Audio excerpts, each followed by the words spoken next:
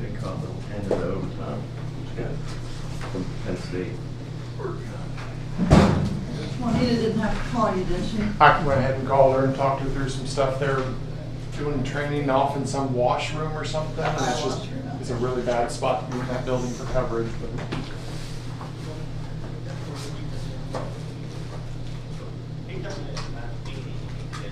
Next Monday for the staff meeting, Juanita and Cameron and Hilliard for the physical part of the training, so they won't look at the staff meeting. Well, they got 2 other people. I know, and I told them. Okay.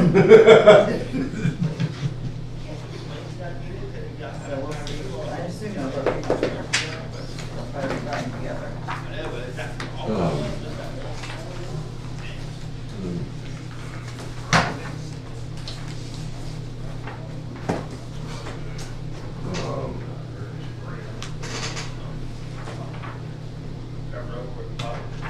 Brain clear?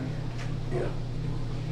All Telephone Services said they received money for the second half, but they didn't get the 900,000. We appropriated that a couple of meetings ago. And then wasn't it on bills? What you think It yesterday? wasn't on the bills. What you think yesterday?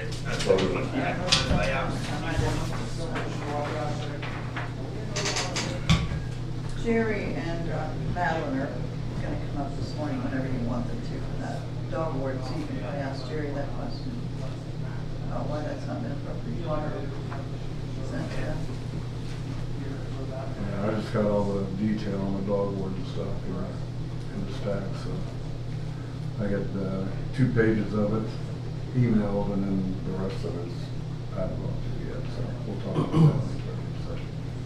Or not in executive session, but. If you said they're coming up here?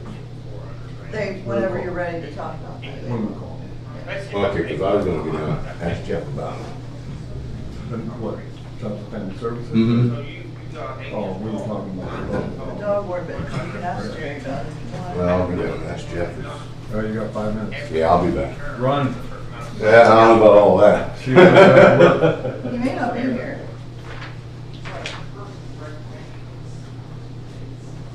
But regardless, I mean, you're paying, what, $230 a yard now? So I was vacating. I had a good time. Good. Yeah. It was a little different than normal. We went with some couples. And All it the was way fun. around there. Mhm. Yeah. Have you been to Alaska? You know, I'm not I've lying, never- you come out there, it's I beautiful. think my blueprints in on that. I'm too much of a beach guy. I know. don't like that cold I stuff. know. Yeah. Yeah. Yeah, we are too. I got 4 foot. But it's beautiful, and you know, just 4 foot for a house out. check it off the bucket list. 42.6. Yeah, the wife and I have it on the bucket list. Yeah. So. How was the temperature when you were there? It rained every day. It was about 50 to 55. Yeah. Okay. I imagine it'd be nicer in the dead of Yeah, summer. we've been there before in July. Okay. Yeah, and so in July, we were wearing shorts and sun. Yeah. It was, most of the places in Alaska in Yeah, I said pipe. June and July, it's probably daylight. Yeah, 24 hours almost. 24 hours Yeah. almost. Yeah. Yeah, 4 o'clock. I've been to Finland in January. Yeah, right. Exact opposite. Yeah. Yeah. In the summertime, it's daylight for 23 hours, but in the wintertime, it's dark for 23 hours. Yeah. Well, it's not exactly dark, it's like dusk. Yeah, right. From like 9 to 3. Enough to depress you. Yeah, Hey, what's going on, big guy? Well, I heard we were talking property taxes. I figured I might sit on this one. Kind of close to this one. Yeah, you are. We might talk about the Cincinnati Reds too. Hey, how about them Reds, man? How about them? Actually, how about them fish that sink their season? That's what someone said earlier. Yeah. The Reds pulled it off. Was that you? Yeah. It's like, more like the Marlins pulled it off. Yeah. But We'll take it. Actually, one catch pulled it off. yes. One catch. Well, we crapped ourselves against Pittsburgh. We had an opportunity there, and Yeah, blew it. yeah, absolutely blew it. It shouldn't have been down to the last game. But, yeah, Arte's big catch and the fish bailing us out at the very end. Just line them up. Yeah. Hey, sometimes it's better to be lucky than good. I'll take it. Bengals are on Monday night tonight. Right, Denver, yeah. Denver, I think, is better than their record indicates. J.K. Dobbins looks great. I watched him a couple weeks That ago. poor guy, if he just stayed healthy, I mean, Good morning, guys. God, that guy's just had bad luck with the injuries. Yeah. I don't know much about Denver. Yeah. Is he hurt? No, he's healthy now, but like, it was his 4th season in the league. His first time he's been healthy. Right. He blew out his knee, like, what, back-to-back seasons? Yeah. Only know because I drafted him in fantasy football 2 years in a row, and he blew out his knee both times. I'm like, You're paying attention. so of course I didn't draft him this year, and he's going nuts. So that adds up. What are you doing up here? I heard you guys were talking property taxes. I figured I'd sit in on this one. Oh, okay. This is kind of close to me in my office. I gotta keep an eye on it. More daggers coming your way, right? Well, I'd appreciate a little help, fellas. So. We understand, we all need some help.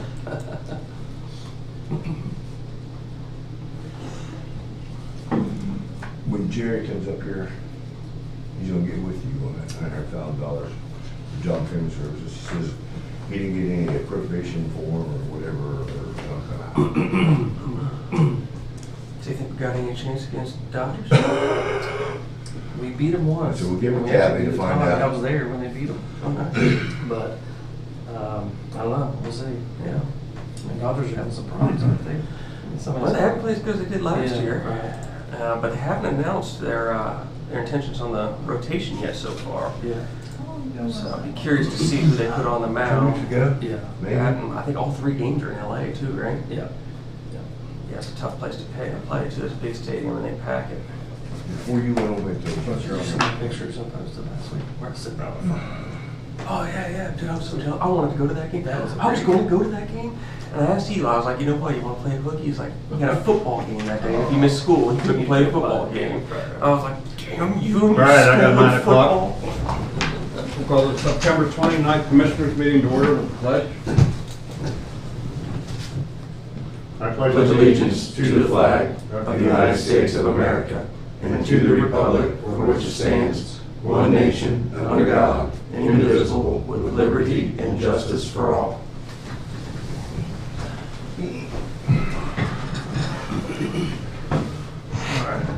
First order of business this morning is the property tax issue.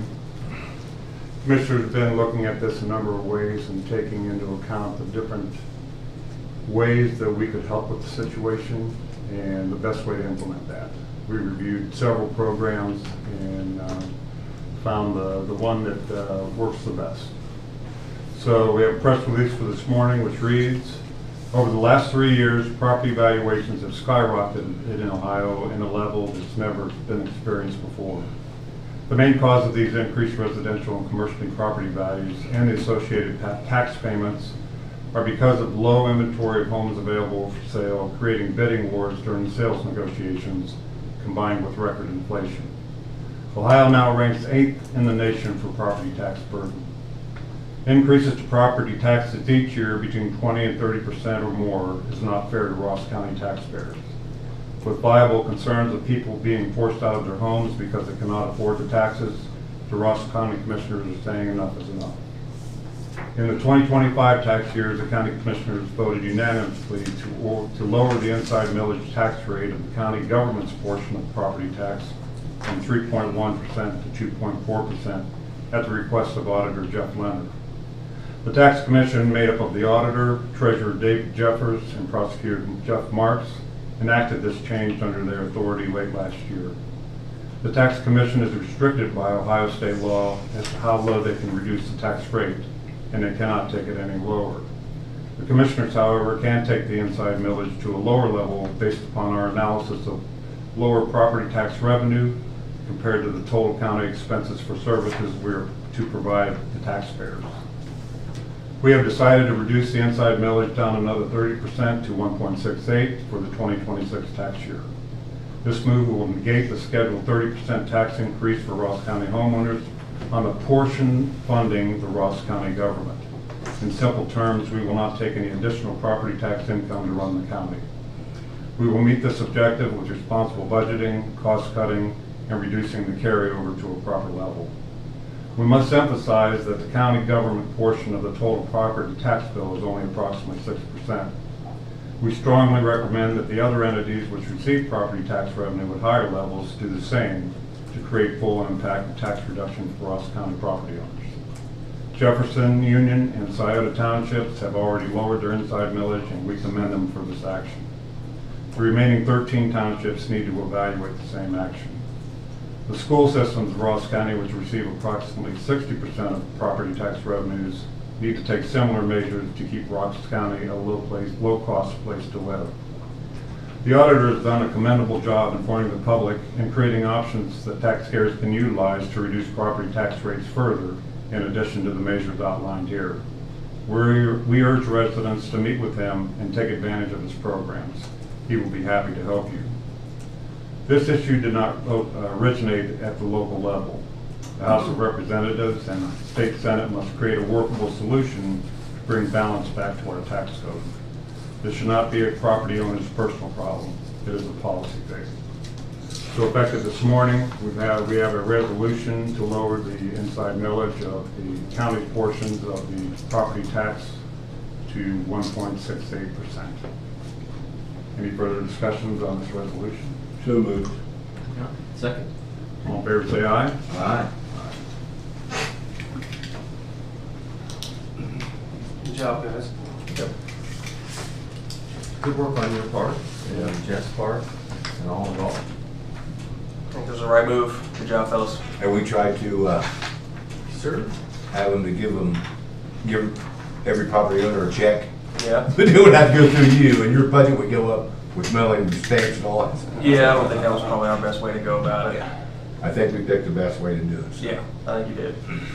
It's gonna work out good. We did our part here. Hopefully Yeah. we get the rest of those townships to step up, and then we mitigate that giant hit to the property tax bills. Well, we appreciate your work on this, and Jeff Leonard. He's been working hard on it, and we appreciate that. It's a shame we can't do more, but that's the most we can do. At the local level, this is all we Still can get the do, level of so. services that we need. Good job, fellas. Well, I'm gonna get back to Thanks, work. Dave. Yes, sir. See you later. Bills for the week, $919,612.47. There's over half of that, $579,442 with the ACGP grant funded work that's being done, and that's going to be rising over the next few months. We also had the engineer office spend $52,000 on vehicles, runway rehab apron, $83,488. That's at a grant, right, for the apron, or is that? I haven't seen that. What is that? That's for Out runway. to the airport. Is that Rehab part of it? runway apron. Oh, it was the Yeah. design work. Yeah. for Yeah, Stan. design work. Yeah. And then the sewer extension was $34,989. Resolution? So moved. Second. All in favor, say aye. Aye.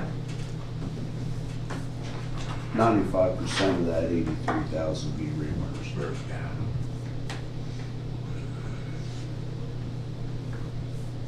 Who took the pictures, Brad, Which ones? of the airport where they had it? The Brian Crozier, guy that worked, the engineer for us at Stantec. Oh, I thought maybe an airplane was. No, he had a drone out there the other day. Right, then a now analysis, $6,509.08. And more than about half of that was for election systems software. So moved. Second. All in favor, say aye. Aye.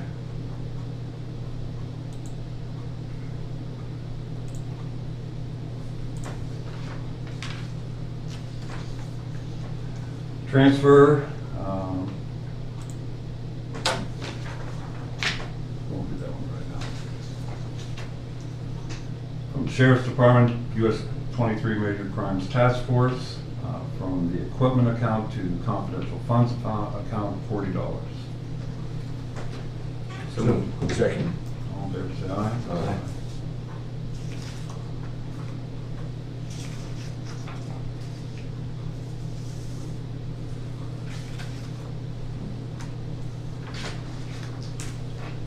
Common Pleas Court. This is from the General Court Fund number 2 to apply unused appropriations toward fund needed for group insurance, taking it from foreign judge for $10,000 and salaries for $6,000 into the group insurance fund. Good transfers. Transfer. 6,000, $16,000. Yeah. So moved. Second. All in favor, say aye. Aye.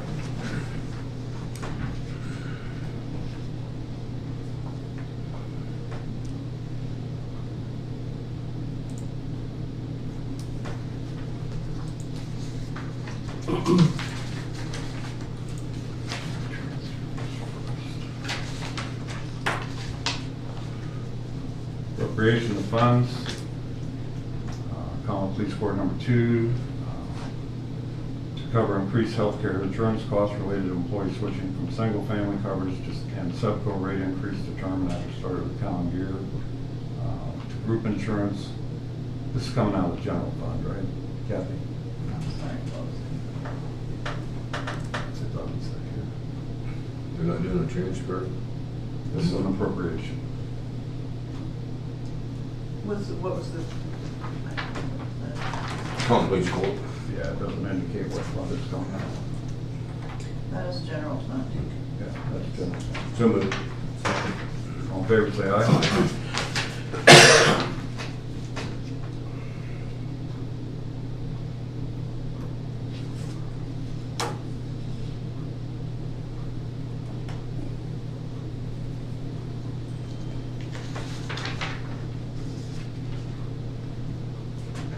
This is appropriation from the commissioners for legal expenses for the 104 sewer project, FBO service center, and courthouse restoration to the legal counsel fund for $25,000 from the general fund. Second.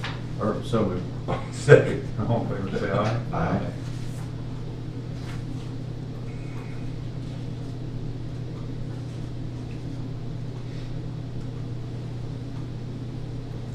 Fred, do we have a meeting scheduled to talk about the courthouse restoration anytime soon?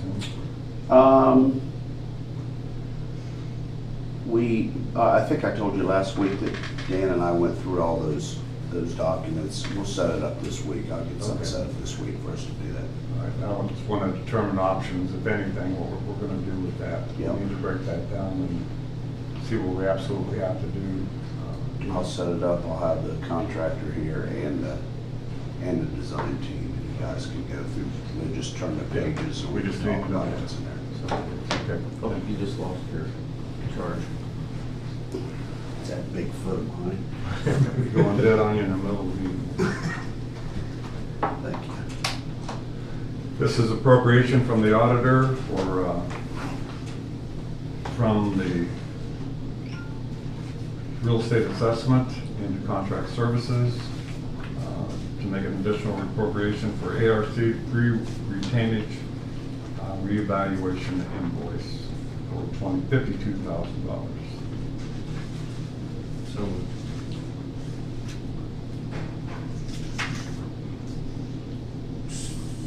Second.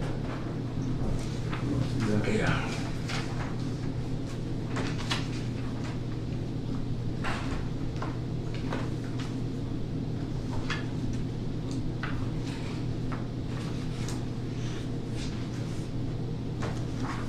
Yeah. Is that a yes second? Yes. All in favor, say aye. Aye.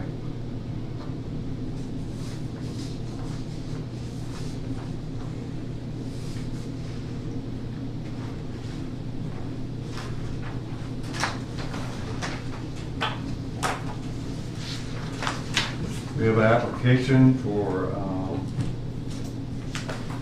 Andy Weatherston to attend a meeting September, did you already go to this? September 23rd? You had November 6th, 19th scratched out and September 23rd. No, he's not been to that yet. He's not been there No. yet? At some point in time for a Federal Ohio Summit. It says November 19th down here, so we'll Okay. go with that. So- Cost of $260. So moved. Is he gonna, So they I would assume that the date of the training is November So 19th. he but this- submitted it on the. Is he taking it out of his budget? I assume so, since we haven't got it. I think that's what. Okay. Yeah. Okay. I think that with the hackers and everything, the Yeah. investment in training is a real big. Yeah. So moved. All in favor, say aye. Aye. Aye.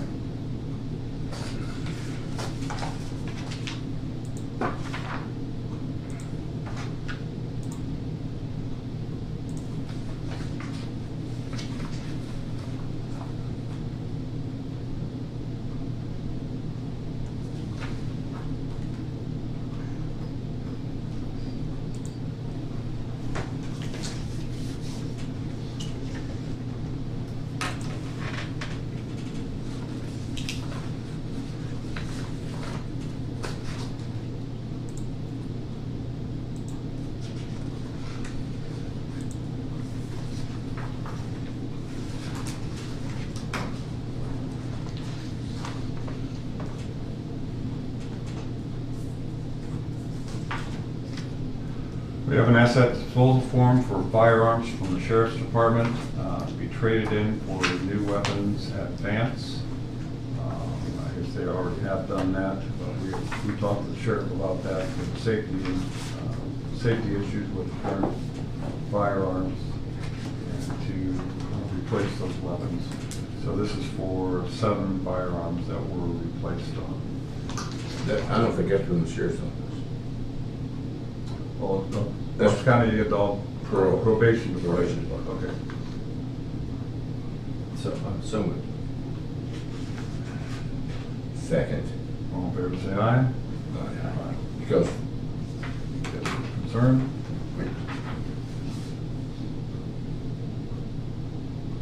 whoever the sheriff's department is doing a switch, is doing a change with on their new duty weapons. The last thing when I talked to George, he said to that company, wherever they're doing the weapons from, are not gonna trade, not gonna take their duty weapons in trade because they can't sell them. Because it's got the same defect for general public use, right? Yes. So I don't know what they're gonna do with them. This is, they did this on July 9th.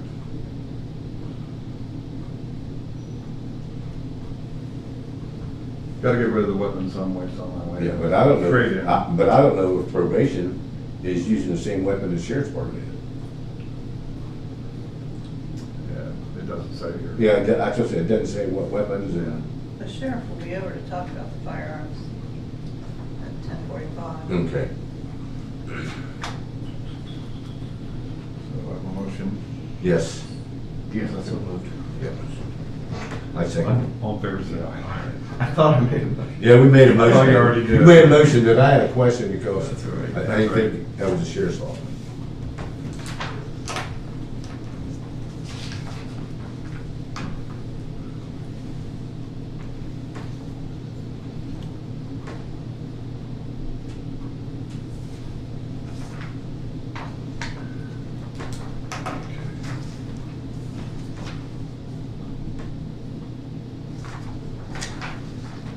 We have 2 appointments by the juvenile judge for special advocate, guardian ad litem at the juvenile division of Ross County County Court. One's for Nicolette Johnson, the other one is for Curtis Minnie. So moved. Second. All in favor, say aye. Aye.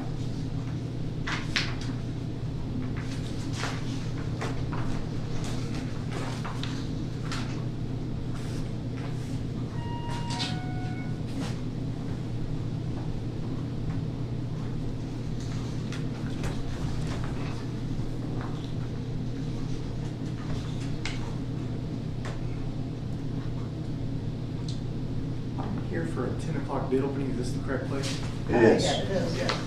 And then you hand bids in here? Yep. Okay. You have one? No, I would be, I'm sorry. Yeah, I'll stand when you're ready Very good. Yep, thank you.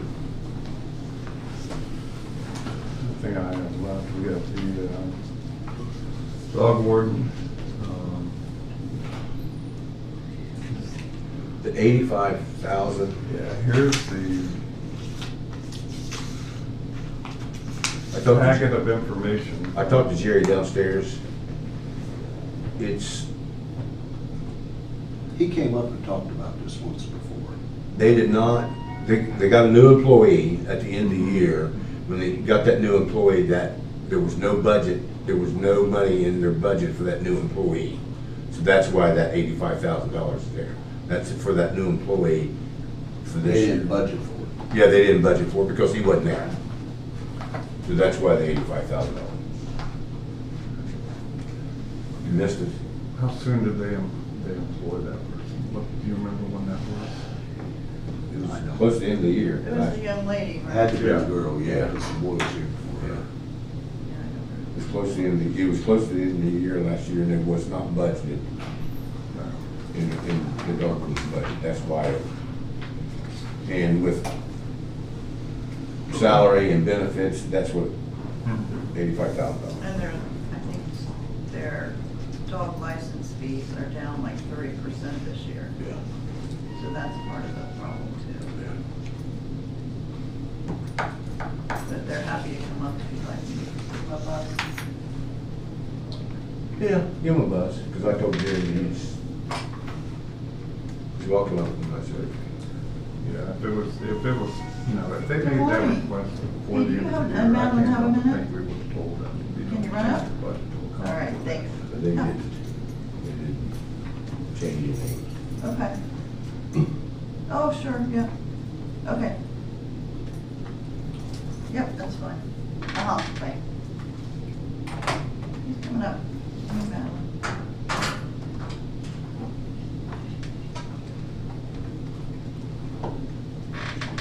You guys had a chance to look over Right. the backup information for the project to do the facilities assessment?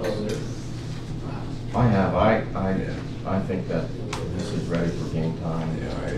When I look back over the course of the last several months, when I've been involved, you know, we talk a lot about facilities, and every time we keep kind of falling back on, we need a plan, we need to understand what we've got and some expertise on what to do with it.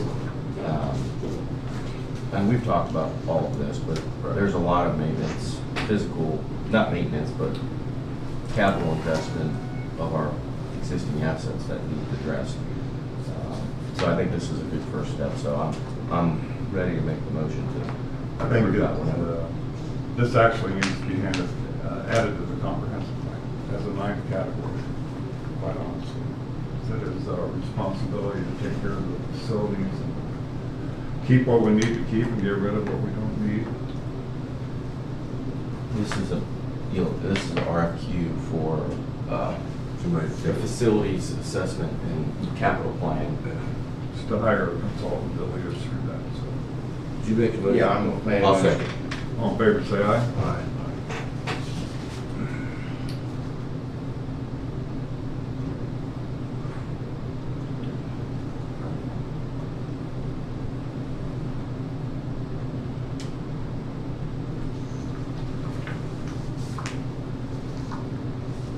SEPCO's having an annual meeting for the CCAOSC Energy Program, held on October 15th, 10 to 12. This is an in-person meeting in Columbus. It'll be a virtual option if you can't make it. It's from 10 a.m. to 12 p.m. Good morning. Hey, Jerry. Morning, guys. Morning, how are you? So did you guys get this notice? Two transfers, or I guess appropriations, they're not transfers.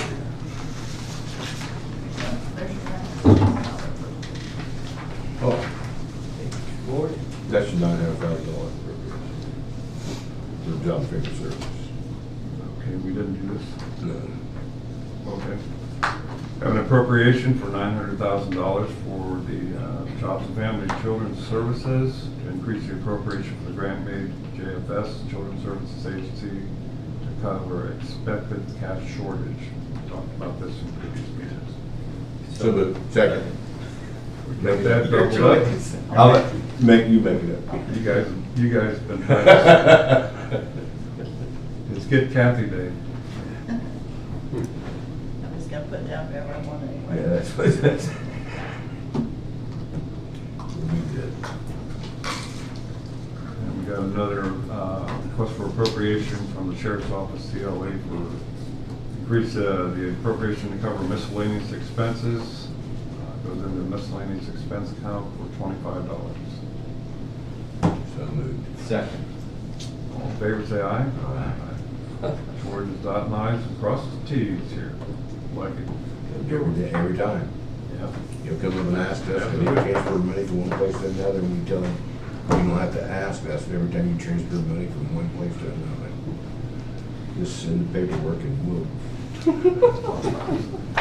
Well, they ask you first before they send it over? Oh, yeah. They come up here and ask us, and That's funny.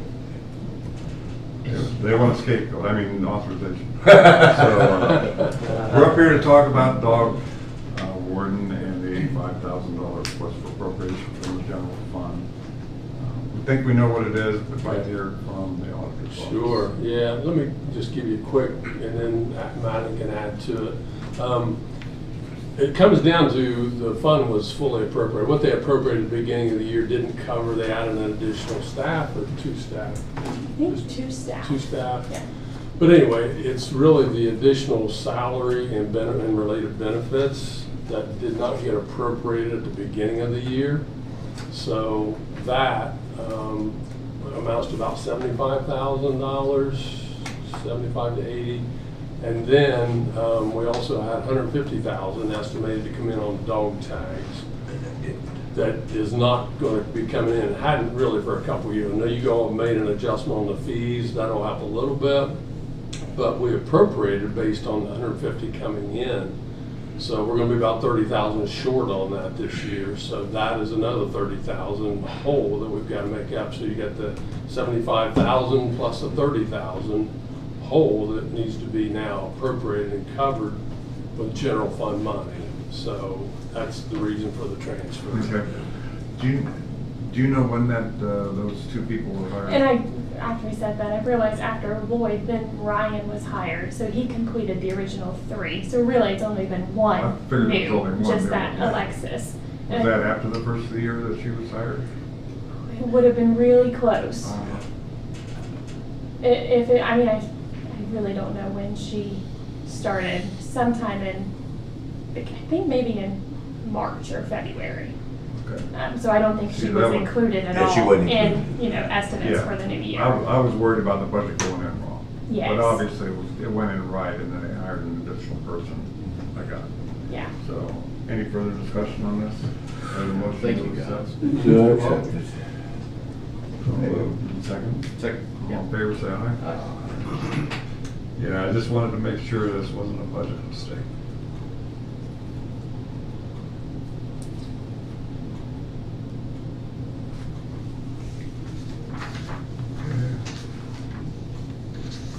So we have a transfer of fund, now an appropriation of funds. Wait, this is different.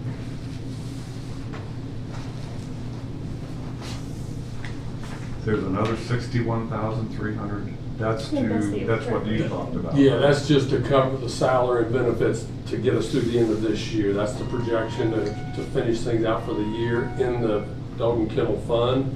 The 85 has to do with the shortage coming from the general fund, just moving cash over to the dog and kennel to pay the 61, plus also make up for the shortage of dog tag collections that aren't coming in.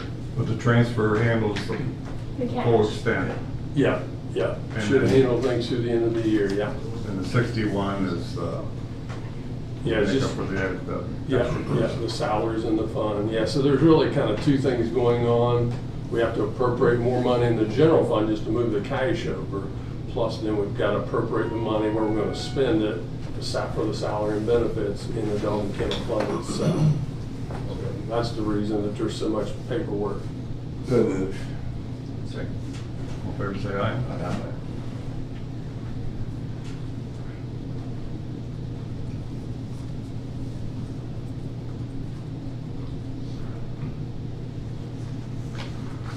I'll give this message to you, Kathy. That's all we've got on the dock, Brad. You got anything? Thank you very much. You're welcome. I don't know if you all have time, we've got one other thing we want to get some direction from you on, and I'm gonna let Madeline just kind of address that. Yeah, so we got the rate sheet that Melissa came in with Sevco and approved for the new year. So I've been spending time and getting those put on that spreadsheet that breaks them all down. And that's what we give out for open enrollment. And since we had all of that trouble at the beginning of the year where they ended up billing us differently and I had to go and charge the county for the differences, that threw off all the percentages where we used to always be at a even 10% or 17% that the employee paid, county would pay 90 or 83 depending on, you know, single or family. Kind of changed because now we're all billed one flat rate. So we have to make up for the wellness and non-wellness on our side. Because Sevco, they used to bill us separately for both. But now we just get billed that one flat rate, so we have to adjust the percentages around a little bit to be able to keep a wellness and non-wellness, or else they would all just be the same. Well, Sevco no longer does the wellness, am I right, Brad? Yes. They no longer do the wellness, we do the wellness. Yeah, so that's why I've got to change our percentages a little bit, and it, you know, they've never been really changed before. It's always just been that 10%, 90% for single, or 17%, 83% for family. But now it's kind of flipping around a little bit as I'm trying to maintain a difference between wellness and non-wellness, because I want there to be still an incentive for people to want to do wellness and pay less a month. And so it kind of flips it now to like 9% and 16%, and then still 10%, 17% for non-wellness. But then the wellness people, the county would have to still pay a little bit more. Well, I'm a big fan of wellness. It's a shame Sevco did this to us. And, Shame they did it to me. Yeah. Sarah Pullman, doing a good job with the wellness program, and you're doing a great job trying to balance the budget on all this. I'd like to see that continue. I don't want to get rid of the program. But That's that just doesn't, me. I'm trying to think.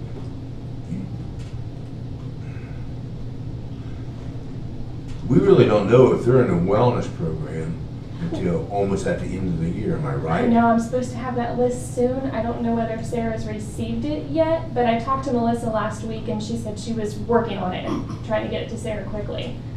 So hopefully But if soon I have a count. But if I tell Sarah I'm gonna be on the wellness and I don't do it, I'm still getting the discount. No. That's all double checked and changed every year. I go through and we have to make sure that anybody that's got a spouse, that their spouse did it. And if they did not complete, then they get moved from wellness to the non-wellness rate. But what I'm saying is if they're on the wellness now,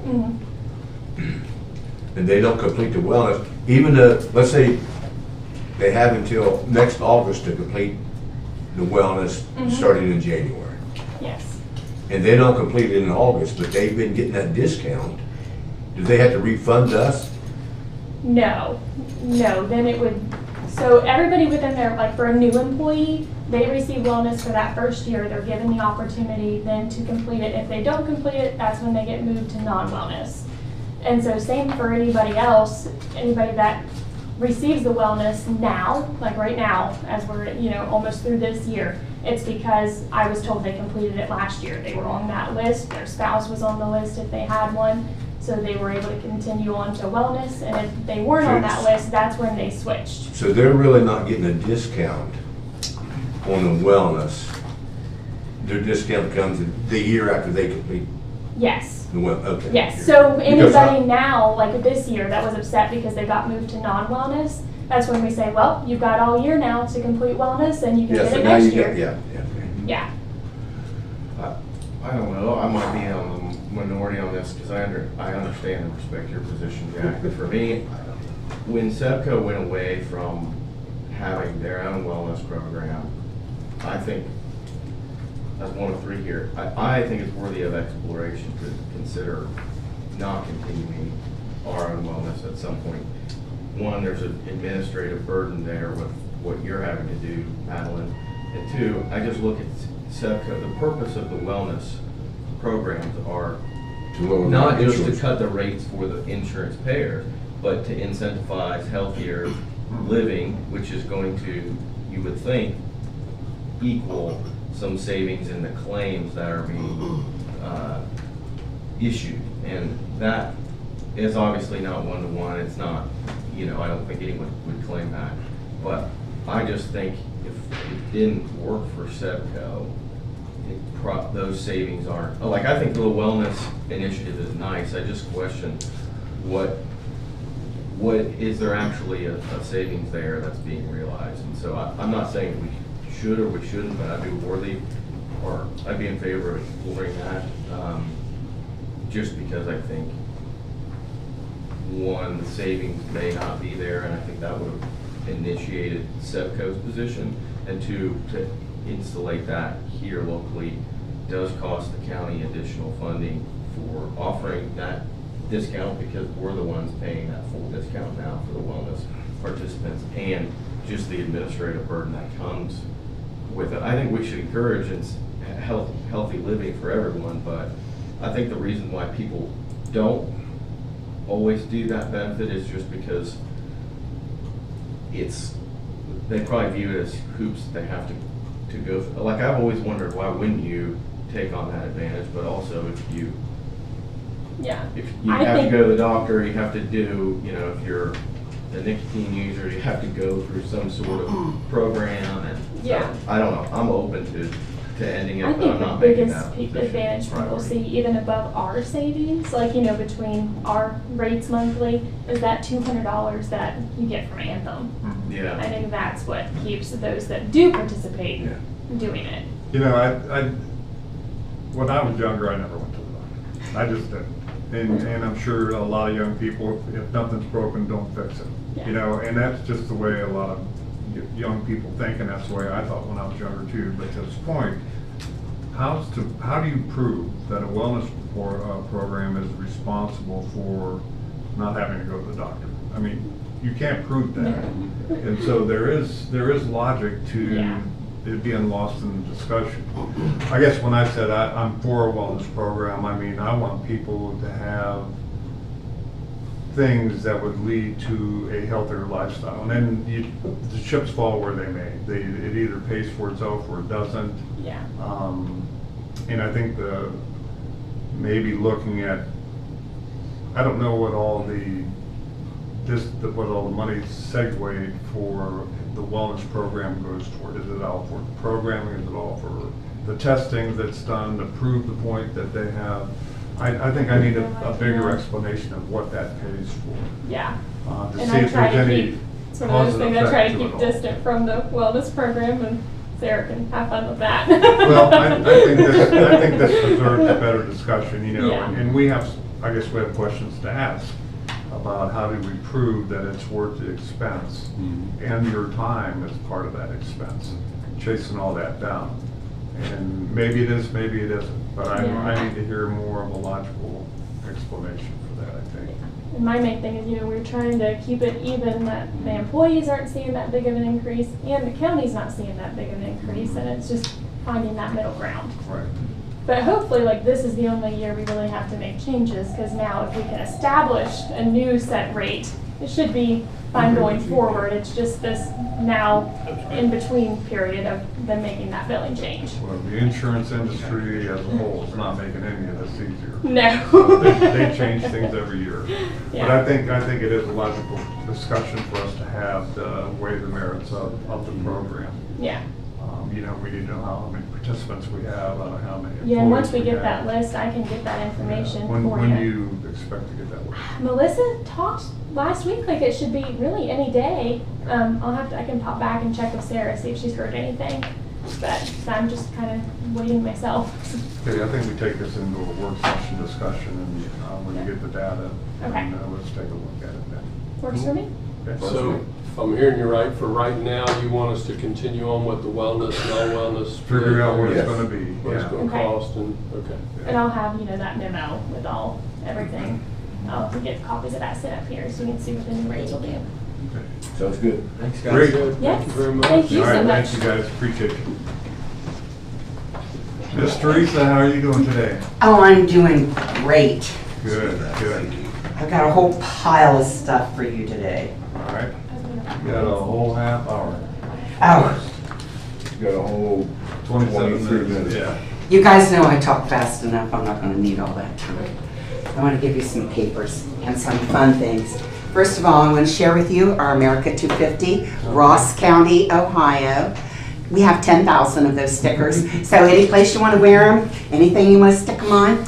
And here's your official Ross County America 250 button. Other people have to earn them. I'm just giving them to the commissioners. I'm trying to explain, this is a budget for our America 250. This is a very detailed, what we're doing. And this is kind of a summary. So, You weren't supposed to give me 2 budgets, was you? no. Okay. I was I thought maybe. One's for me. Okay. Thank you. Unless you want a personal copy and you want to finance it personally. Oh. So you can put it in your Be personal. grabbing my paper. Yes. Okay. Now you have, oh, you don't have everything.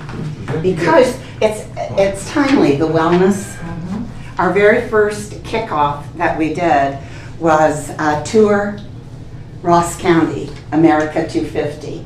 And we did that with the county parks. Miranda Vance, I contacted her, so we got together on that. And we involved ODNR, the state parks, of course our national park and our World Heritage Site. And we have challenged people to do 250 miles some way on some of our trails before July 4th of 2026. And you can put one of those stickers on the front of your books because that's, the books that we handed out had the stickers on them. I just got another case of these. And we kicked it off September 6th out at Koppel Athletic Complex. We have 130 people that have registered for this. And the History Store downtown has agreed to be the official America 250 Ross County headquarters for the next year. So you guys can go down there and get your water bottles with your sticker on it, and then every 50 miles you earn another sticker. Now it may not be the incentive for you that it is for some of the people, because I didn't even know sticker incentives were a thing. But my kids have enlightened me. David, your little ones, you guys, your grandchildren, they all want their bottles. And then they get a button, like I just gave you, when you have completed the 250. So every 50 miles you go to another park location or the History Store and you pick up a sticker about the parks that are in our area. So that's that. That's real easy. I would say, so this was in the meeting last week with the Visitors Bureau. If you're gonna do 250 miles, make sure you don't cram. Don't wait till June to start. To get You might you want to start now. You're gonna do 250 miles. Do you know what? If you started on September 6th, you will have walked 1 mile a day, the day we kicked it off. By May 18th, you will have been 250 miles. So I'm just saying, half mile a day, you guys. Walking up and down these stairs, you can get your 250. There you go. So, We'd like to sing one button up here to drive Brad crazy. yeah. Ding dong, ding dong. So, the big paper that I gave you is a really detailed summary of everything that we're doing. And then this is just an outline. And if it will help you for recording purposes, I can, give this to you. But let me just run down this. I already talked about the first 2 items, and that was the headquarters and the Tour 250.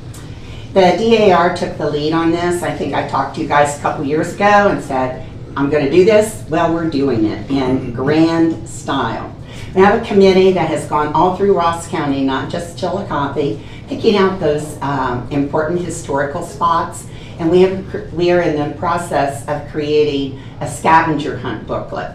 And it'll be in all of the history centers where it's for adults and children alike. that they can stop in, get their scavenger hunt book, and take off. Looking for the, it's from about 1775 to 1810. We're trying to stay in that Revolutionary War era, and when the land grants, when the people moved here with their land grants in the early 1800s. So watch for the release on that. Julie Lambert and I, a few years ago, wrote a 62-page small booklet called Chillicothe, My Hometown. And it's written on a 4th grade level, and it's 1-page articles about historic things in Chillicothe, from the mounds to Billy Island. I mean, anything that we thought of that we could put in there. And our purpose for writing that is because when in the testing, children in the state testing, they read a short passage and then they have to answer questions. And our idea was, if they have to read short passages anyway, why not read them about the history of Ross County? So we have put that out to all of the schools. We sent it to them.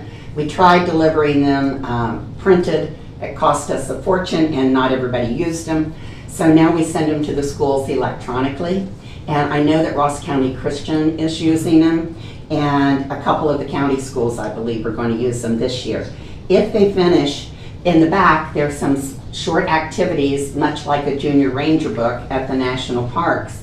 And when they finish that, they can go to McDonald's, there's a certificate, get a free meal, and turn it into one of the museums, and they get a badge that calls them a Chillicothe Junior Ambassador. The next thing on the list is the working with Hardy Memorial and Chillicothe Monument, which are co-owned now. We are installing, it'll be, I believe, Connie Meyer is the chair of that committee, and she's been meeting with the veterans and Parks and Rec about where do we put this 7-foot granite monument that the DAR, first of all, they gave us a huge deal. We went to Hardy Memorial, and there was this huge, big granite block. And I said, boy, that's exactly what we need. And he said, well, that's exactly what we'd like to sell you, because some guy ordered it for his cemetery, and his wife took one look at it, and she said, we're not putting that on our graves. So he's got this huge piece of granite that at the end of the day, he said if he were going to put it on someone's grave and have it engraved, it would be $21,000. He sold it to us for $7,000, completely engraved with 295 names of the American Revolution soldiers, veterans, that are buried in Ross County. That's documented, we know they're here. So he's putting their names on that, and now the question is, where do we put it? And there's some talk that the best place is, after all the renovations in the park, that a great place would be close to the Armory. More people would see it there, because there is a question about Veterans Memorial Park, because those headstones, those monuments there are dedicated to persons who lost their life while serving. This would be just those that served in the American Revolution. So the Vets Councils, and there's a lot of discussion about it, but really, by the time it's all said and done, down by the Armory would probably be a great place. A lot of people would see it, but I'm not in that. Those committees are taking care of it, but it's going to be someplace highly visible. Along those lines, we have cleaned the graves. We have, of 152 Revolutionary War veterans, made sure they had appropriate flags on them, and they've been marked with a Revolutionary War marker. We know that the whereabouts of about 196 of those 295. We know exactly where the graves are. Many graves have been lost. They've been farmed over, tombstones busted, etc. So those that we, even if we know that it's in this farmer's field out off of 35, if we can, if the farmer gives us permission, then we put a marker there and a flag adjacent to that field, recognizing that the American Revolutionary veteran is indeed buried there. So I'm going to skip the tree planting thing because I'm going to talk to you about that in a minute. But the First Capital Speaker Series, the Ohio America 250, did a project. We're starting January 2026, running through December. Every month has a particular theme. And on the page 2, there are those themes, what they are. And what we have decided to do is that we are having a Ross County Speakers Series every month on the second Saturday of the month. The times may vary based upon what the topic is and the location. We are going to have a speaker speak on the Ohio 250 topic and how it relates to Ross County. Our very first one, I called Mark Sensi, who now owns the former Gazette building, and he said, sure, have it, come on in.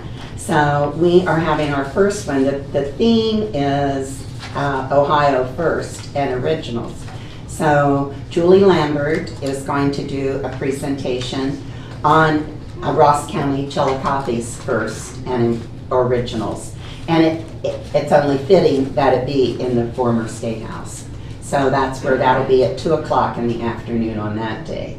I've met with Andrew Hall, Ross County Historical Society, and Pat Quackenbush from Medina Mansions and Gardens, which is also Ohio History Connection. And we are working out a plan so that within the next month, by January 1st, for sure, the entire calendar will be filled with who's speaking, what they're speaking on, and where it's going to be. So in addition to speakers, I've put together a team of researchers because each of these will require a lot of research to get it done. And just because you're a good speaker doesn't mean that you're an avid researcher. So be looking for that. That's coming. Then, I don't want to leave anything out. Oh, last Saturday night, Jack was there. We did, not last Saturday, a week ago, September 20th. We had a premiere. It's going to, the American Constitution. It's going to be released on PBS Constitution Week of 2026. When I heard about it, I called the director and asked him if he couldn't bring that premiere to Chillicothe. He is doing a 20-week tour of the United States. He's about midway through with it. And in Ohio, he was in 3 locations in Ohio. We had 178 people attended that at Ohio University, Chillicothe. And David Gregarious, the director of the program, said in the 10 weeks that he's been on the road, we had the largest audience of anywhere he's been in the United States. So our Chillicothe people are generous and they turn out for things. There's no question about it. Our big deal, the culminating event of all of this, is going to be June 13th and 14th at Medina Mansions and Gardens. And this is a collaboration of a lot of people. And Melody at the Visitors Bureau shared with the DAR the $2,500 cost of an ad in Ohio Magazine. So it's going to be featured in Ohio Magazine in their special edition of what's happening in 2026 in Ohio to celebrate the 250th anniversary of the Declaration of Independence. We have nailed down between 50 and 60 educational, interpretive, historical reenactors. They will be there. They'll be at Adina. On the next sheet, it tells you a rundown of all the kinds of things that are going to be there. I won't read that to you. You can read that on your own. The big deal is the Brigade of the American Revolution. And it's a costly little group. We had to pay $1,000 to get them here. The rest of it is mostly going to be volunteers, but we will be pulling from Ohio History Connection and other historical groups that I'm involved with in DAR. So we have, there's a lot of people that are involved in this. Oh, and I wanted to mention too, on the granite monument, Tomlinson Insurance was a major contributor to that, to the tune of $3,000. And we've had some other people, it's all paid for. There's no more to do on it. It's paid for.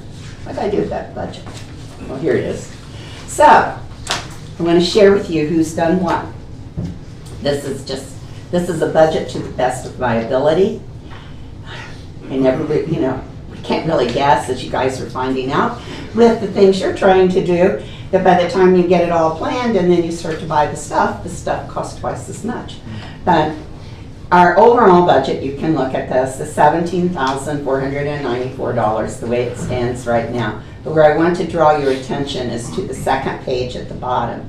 Adena Medical Center has just awarded us $5,000 for this project.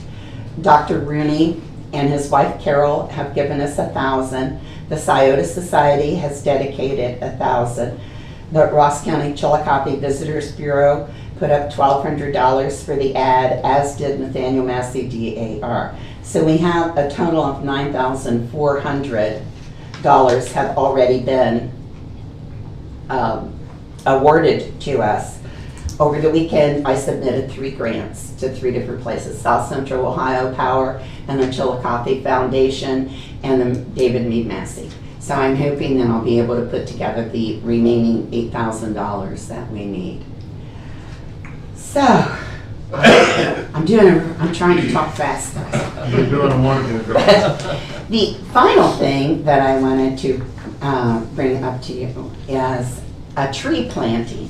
This is an Ohio America 250 project. They said that they sent a letter to the commissioners some time ago, but when I reached out to them and I said, if you're going to do Ohio 250 things, would you mind making me a contact person on it, since I'm putting the package together? I'm not sure when they sent a message, but nonetheless, I have it now and I want to bring it to your attention. They give us the tree. It's a white oak, I think, is what they said. Anyway, they give us the tree. They want us to have a ceremony. They want us to pick a place in Ross County.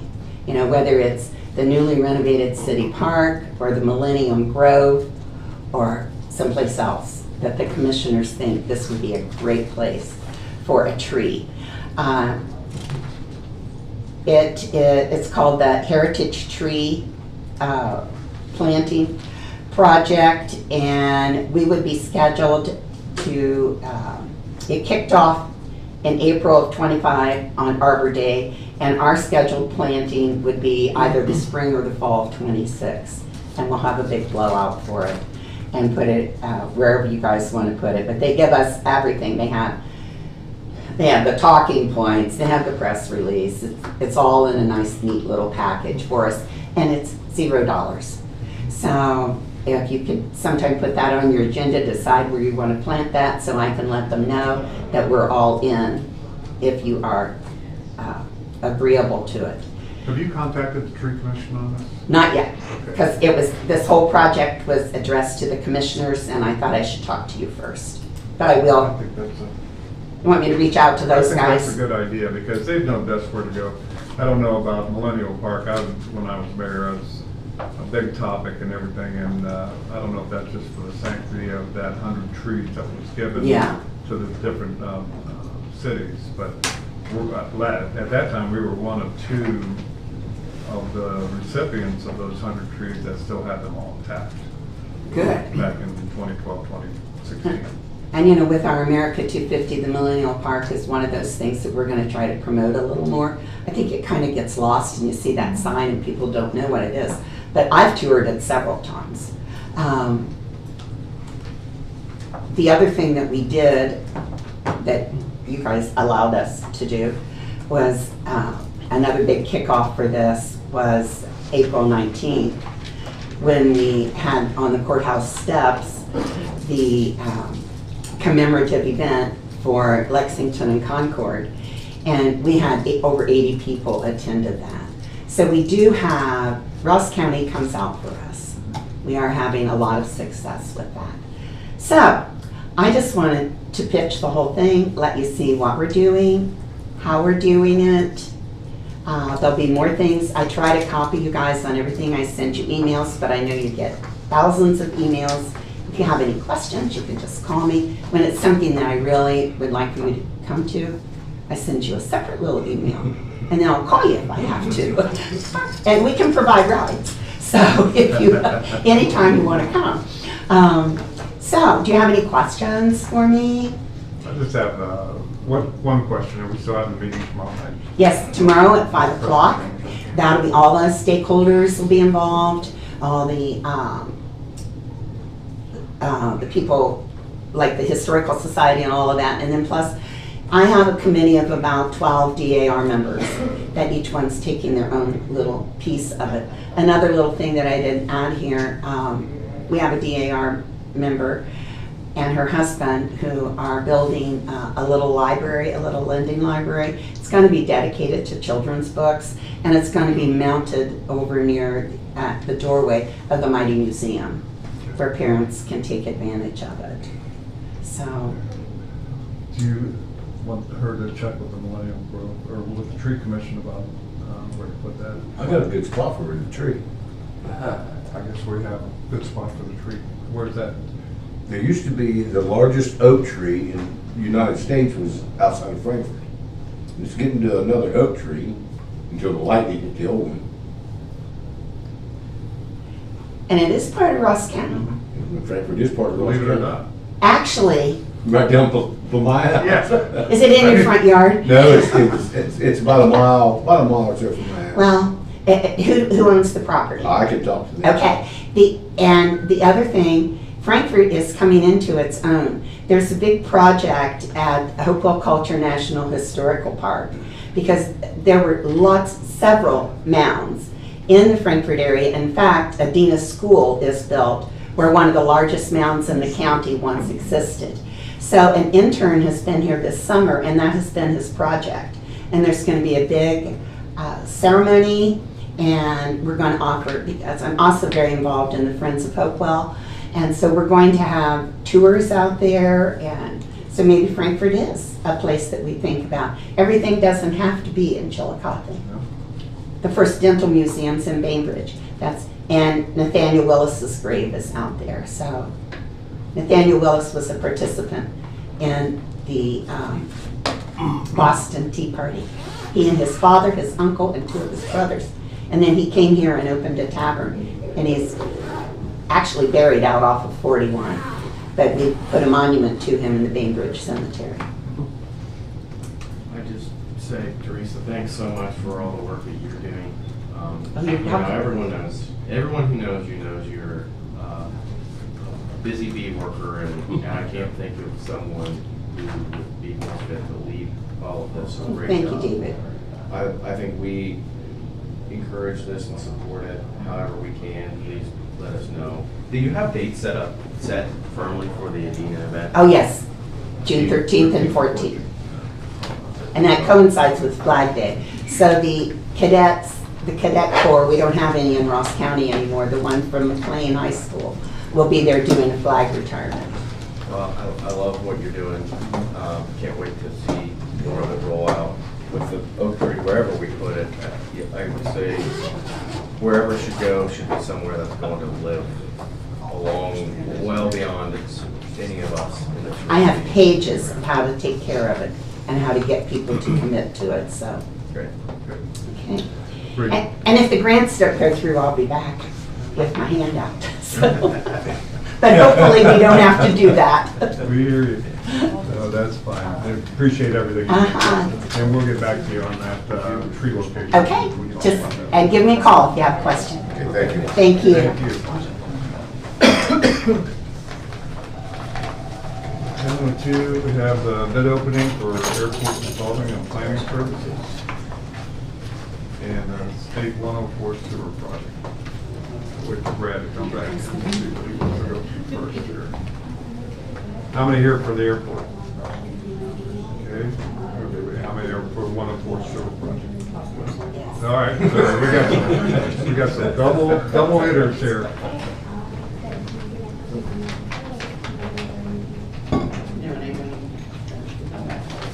We expecting Charlie up here for anything, or? Not that I know of. Okay. State Route 104 sewer project. State Route 104 sewer project.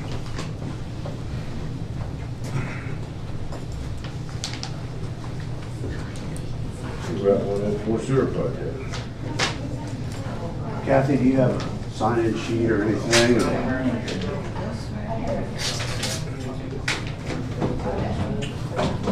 This is submitted by Kinsey? Ray James, okay. Reliability, see how something they repair LLC. How's that sound?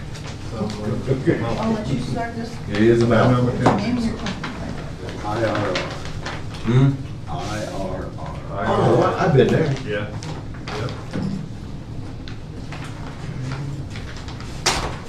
This is a bid for $11,703,186.92. Say that again?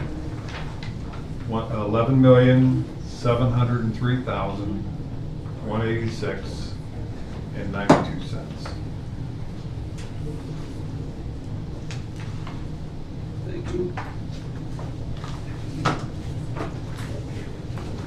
Right, this is for Majors Enterprise, Inc., Monroe, Ohio.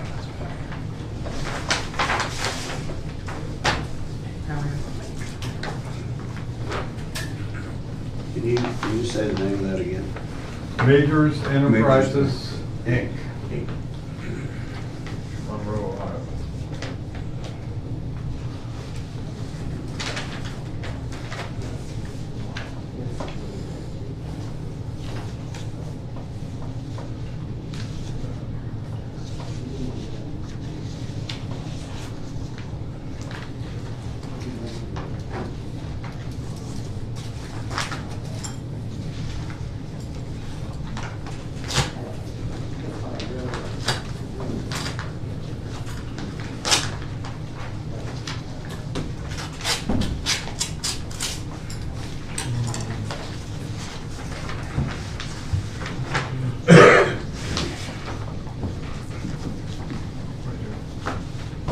This is for $11,468,190.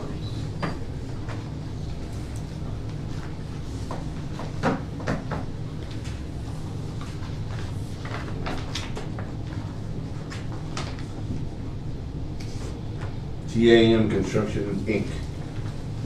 One more time? TAM. TAM. Athens Park. It's on the next This is for $8,900,948.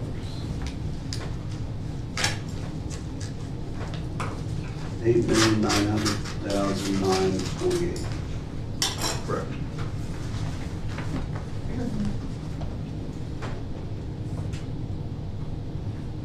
Southern Ohio Trenching and Excavating, Inc. Aren't you know?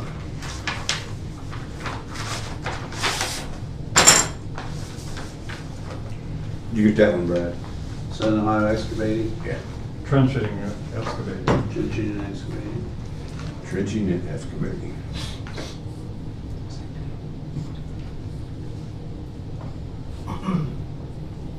This is for $10,178,990.50.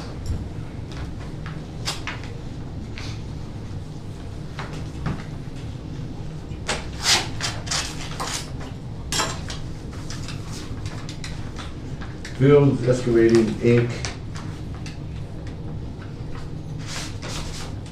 say say Fields?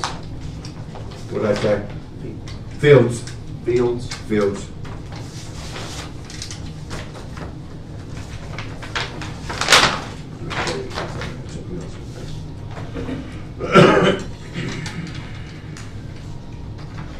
And this is for $9,789,960. 9,789,960. Correct.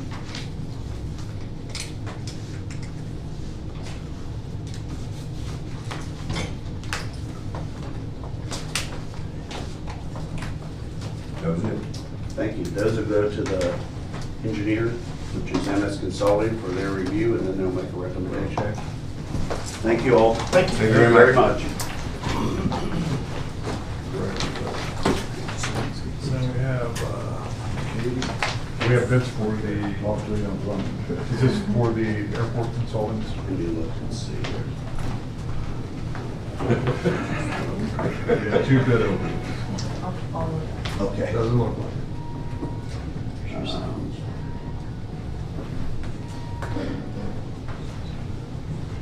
I kept looking at you and thinking, I know her from somewhere. Just the House representative. How we doing, good? We do not. No bids. No. Okay. No bids for the airport? Nope.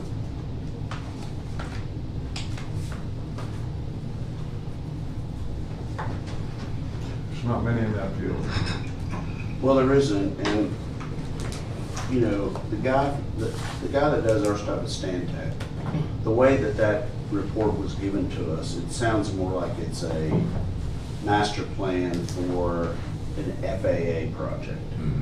And I talked to him for probably 30 minutes on the phone and said, I don't think it sounds like that at all if you read through it.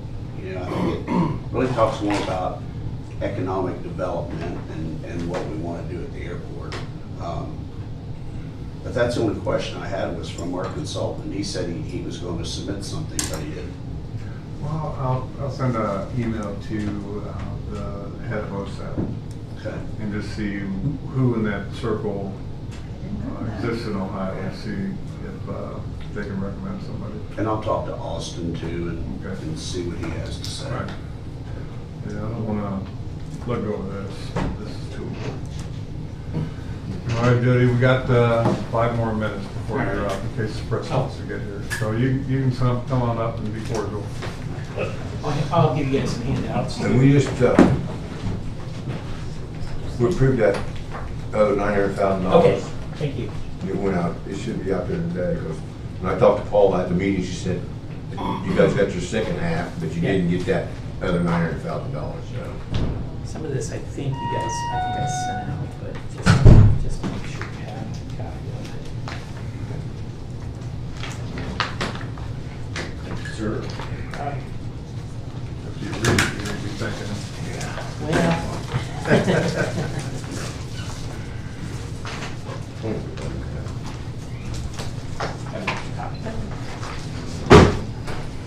Use this 5 minutes to refill my water.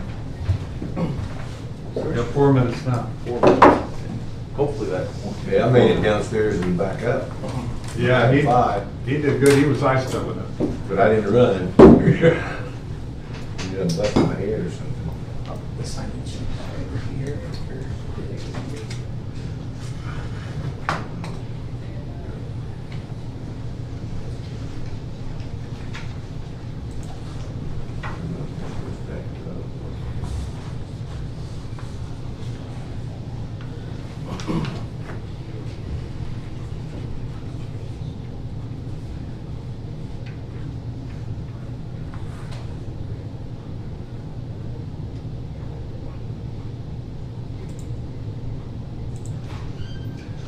These numbers are just from Ohio. Yeah. This was, I went back and looked at the Ohio's total error rate for 23 and 22 compared to 24, and it was actually lower. It was 7%. So it's closer to the actual penalty part with the federal changes. So there's a good chance that with some of the things that we're gonna talk about, that Ohio will get below the penalty part, which is significant, because penalty right now, we're looking at is pretty substantial. So, the other issue with, obviously, is on the administrative costs, but, I know the state's working on that. They haven't really said exactly what that's gonna look like yet, but, you know, we have enough time to, if that cut actually, there's no more funding put in from the state, then we've got time to maybe absorb some of that through attrition, so. The thing is, they keep, We get much cleaner, as I it's, said, if it gets any cleaner, we're not gonna be able to, I mean, it's gonna be tough. yeah, I mean, we've dropped since 13, probably 35, 40 positions across all 3 counties, and we were already lean to begin with. So, you know, technology's helped, the changes, I mean, that's really helped, and I think some of the things that the state's asking for will make it easier over time, but those are gradual implementation things, not just right away, that'll make it that much easier. But I think that technology really made some impact, so we just don't want to go the other way and create more errors, which then creates more cost for the state and possibly the county at some point if the state passes those costs back down too. So It's that face-to-face more than anything, that's what's, you know, they wanna know why they're getting burnt out, because, you know, they're almost working 7 days a week. well, and I Trying to think, keep everything going. and I think, you know, the easier cases, yeah, those are the ones that don't take too long. It's the ones that are more complicated, you know, that technology or AI can't do those, and those are the ones that take more time, more investigation into. But I think there could be a good balance of that in the near future. It's just making sure that whatever they implement doesn't create more errors or create more problem or reduce the funding that just really makes a bigger problem. Now, what would you say the percentage is between the errors that were generated at your office versus the errors that result from bad information you get from the client or the provider? So we just had a meeting with the state last week, and they were going over our performance. We meet with them, I think, quarterly to go over with the state staff and our county staff. And our numbers looked really great, from timeliness to everything. And we had 5 errors. The first one was a client error. It was not our fault, the client created it, and the other 4 were system errors that the system created. So we really didn't have any errors, but we were attributed with 5. So we're like, you know, we're not set up to win here, and that does not make any sense. So those are things that, you know, the state's gonna have to get figured out, because, you know, it's gonna be really hard to assign an error rate when it's a system error that they know is there that they have to fix. You really can't blame the counties for it. Now, on the client errors, which I'll talk about here in a second, you know, that's hard for us because we are only as good as the information we receive, and if someone doesn't report it correctly or we don't have it right and it creates an error, then, you know. Yeah, it's not. Yeah, so those are things that, you know, are kind of frustrating. But I think with some of the waivers the state's asking for could provide some help, especially on the state error rate. If you want to get started anyway. Yeah, It's good. Yeah. Okay. Well, thank you for having me in today. I handed out 2 handouts on the proposed SNAP. They're not proposed, the SNAP changes that are in HR 1 that was passed in early July at the federal level. There are several things that were passed in HR 1 that impact programming for our agency, but the 2 major changes that could have a significant impact and cost both to the state and county center around the SNAP program, which is the Supplemental Nutrition Assistance Program. The first issue is the reduction in administrative cost reimbursement. Currently, the federal government pays 50% of administrative costs, and the state pays the other 50%. beginning in October of 2026, beginning of the federal fiscal year, the state or the federal government will reduce their administrative reimbursement from 50 to 25%. That will cost the state of Ohio and counties $67 million. About 20 of it is state administrative costs, and the other 47 are the counties. And Ohio SNAP eligibility is determined at the county level, and the state. It's a state supervised county administered system. So the county does the administrative locally, and then the state provides oversight and guidance and works with the federal government on the operation of the program. So for our agency, that $47 million translates into about $550,000. So that's a significant impact for that program, part of our agency. The second issue is in October 27. Currently, there's no cost assigned with the error rate for determining benefits for SNAP. NHR1, they put a penalty if your error rate was above a certain percentage. So on the second page of the OJFSDA, it breaks down what the error rate when you begin to have a penalty. Ohio spends $3.2 billion a year in SNAP assistance. So with the change in assigning a penalty, you have to keep your error rate below 6% statewide. So you can have up to a 6% error rate, and there's no cost or penalty. 6 to 7.99, you have to pay 5% of the benefit share, which is $160 million a year. 8 to 9.99 is 10%, 320, and anything above 10% is 15%, 480 million. Currently, Ohio's error rate for 2024 is 9.01%, but in 23 and 22 was about 7.01, right around 7%. So it's doable to get it below the 6% possibly. And how they determine the error rate is they look about 85 cases per month. And it doesn't matter if our agency has a 0% error rate because they use a statistically valid analysis. That error rate they assume is the same for every county in Ohio. So if there's a penalty, they assume every county is at that penalty. So every county right now would be at 9%. So they're not figured individually? They don't figure it individually. See, and that's the same thing we talked about with just a meeting Wednesday. Or like the error rate I just mentioned, those 5 cases, technically we'd have them as a 0% error rate if they pulled those 5 cases. Well, the client one we would still be hit with, but we would argue that. But anyway, let's say our error rate's 3%. We know that for sure in our 3 counties. Doesn't matter. We would still be considered to have a 9% error rate.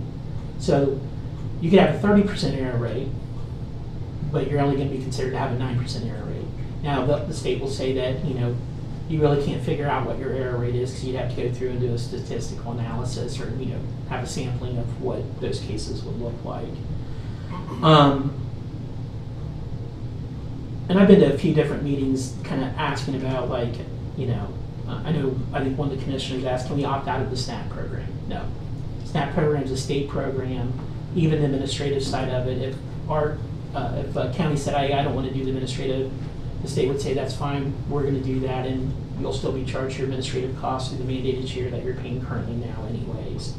Now for the increase or the reduction in the funding, there's no mechanism to redistribute those costs to the county. That would have to be a legislative change or something like that if the state comes up with a fix and says, hey, we're going to put X amount of dollars in, or we want the counties to help.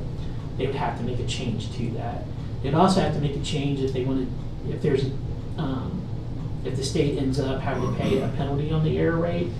So if they said, hey, we right now at 9% would be $320 million statewide, I'm sure the state's going to say, well, the counties are some of the responsibility for that, and we would want a cost share back. They would have to actually probably change state law to do that, or find a way to try to redistribute those costs back to the county.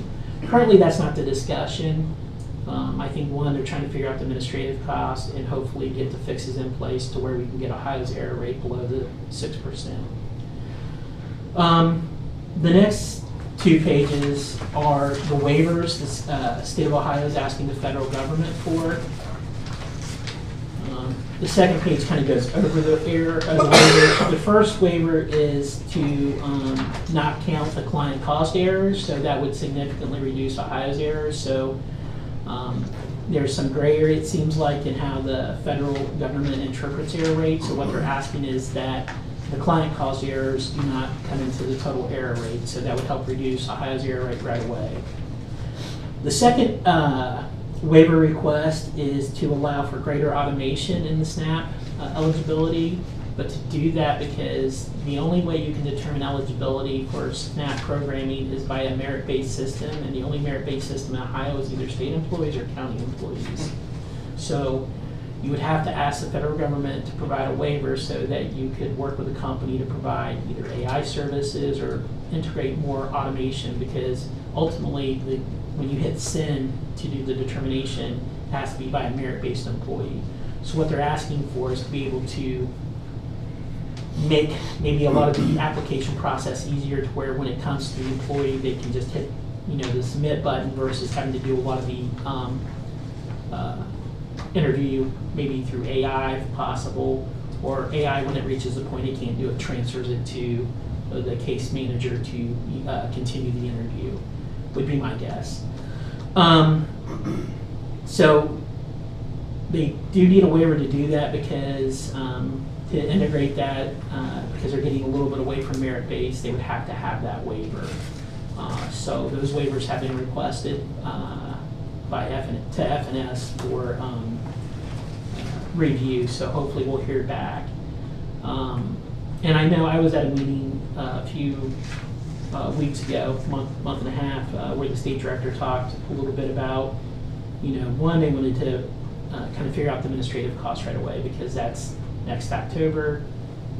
We're holding positions now just because we don't know what that's going to look like, so we'd rather get under it now as people are leaving in the public assistance program, and be better prepared. If they put the money in, that's great, we can figure it out, but once you hire someone, they're there. So we're holding positions, and we talked to our staff about that. So if they see vacancies in a particular unit, we're just trying to make sure we can address this if the 25% reduction has the impact it could. So we're moving forward with that, and hopefully the state will give us more direction, or communicate with us a little bit more as they get more information from the waiver part, as well as what their ask is going to be to the General Assembly for either increased funding. I'll let you all know as soon as I have that information, what that looks like. CCAO is heavily involved in this, so they're part of the process. I know we've talked about this. I know you guys have had conversations, or we have the opportunity to talk to our legislators about it. And federally, if there's some things we can do federally on the waivers to see if we can, have our, U.S. senators, U.S. representative, inquire about that and the importance of it.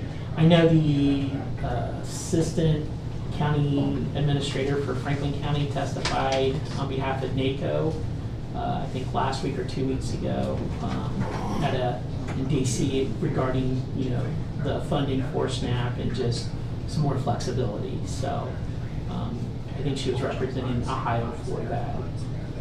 Cuyahoga County's already got a pilot project where they're working on some of this AI. The state supported that because they went after a grant to do that. So hopefully we'll see some positive things out of that. But it's kind of where we're at right now with the SNAP. I don't think, we kind of knew it was could have been a little bit worse, because the penalty part of it was a little bit higher under the Senate version than what was passed, a little bit lower. It's still pretty substantial, but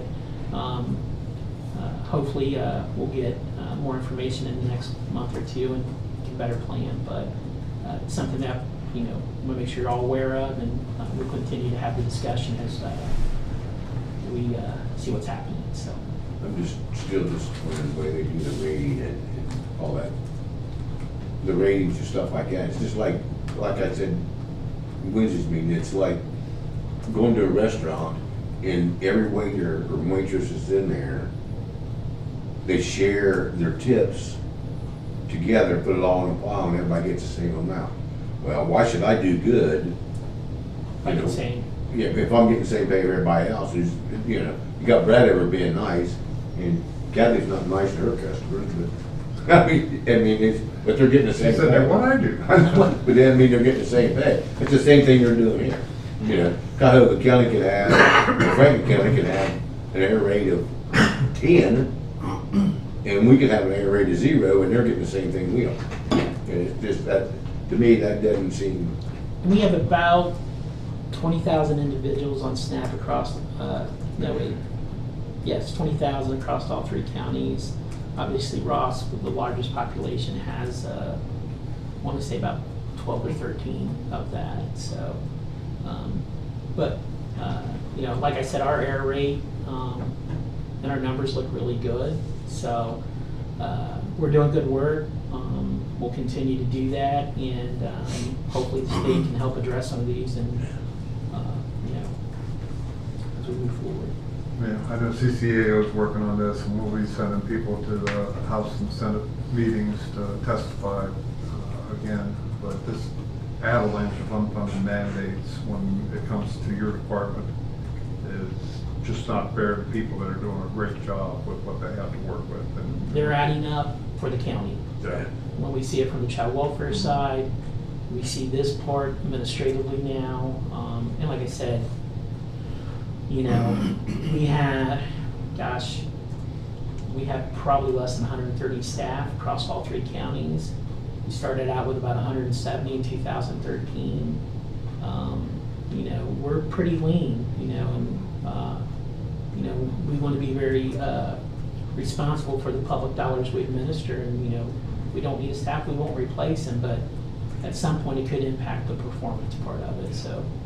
This is one of the considerations, your department in particular was a consideration we took into account when we cut our take of the county or the property tax. Sure. And we're not doing this because we're all fat and jolly and got a lot of money up here. This Right. was a tactical decision. Yes. So we hope it was a good choice. I know for your sake it was. but- Yeah. I just have a question, Yeah. a couple maybe.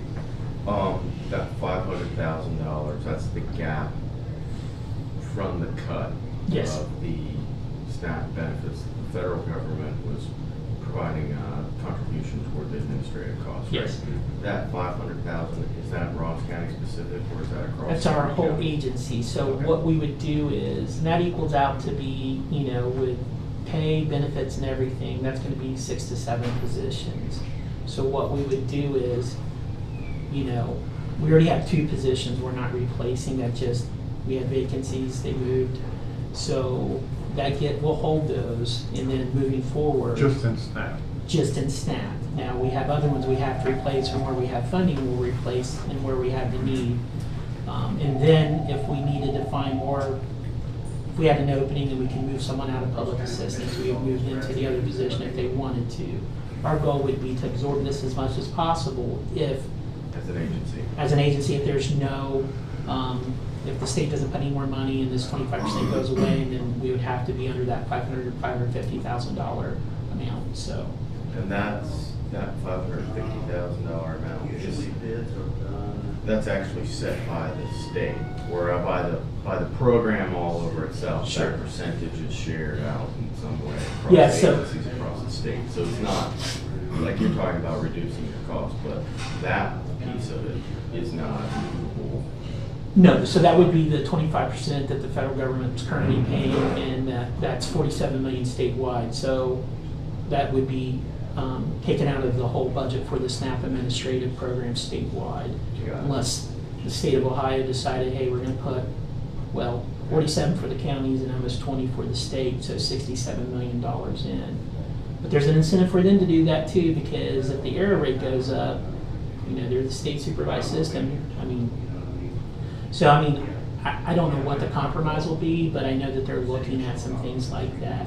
But, you know, pulling $47 million out of the system, even if they put it in, we'd only be back to like 2010, 2011 funding. So our systems have been cut pretty hard, but we've had automations and things that have allowed us to, you know, work smarter And so that's been positive, but I think right now, just because of how quick this is happening, I'm concerned about the error rate, just. The federal government sets the eligibility requirements for the program. Yes. Service does. Yeah, it's, now, the state could ask for waivers for eligibility, but for the most part, it is a federally designed program, so. Getting back to the error rate, I mean, it doesn't correct the problem at all to use a bucket kind of logic to determining what the error rate is versus a merit-based, and not punish the counties that are doing a good job and their error, to reduce error rates versus the ones that just don't care. Especially when it's a system that we don't own that is contributing toward Well, increase in the rate.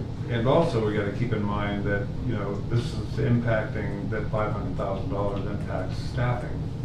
And you're already operating 12 vacancies? that So you're we're not- total, in just public assistance, we were 7 under before the 2 that we just put on hold because of just the funding cuts over the years.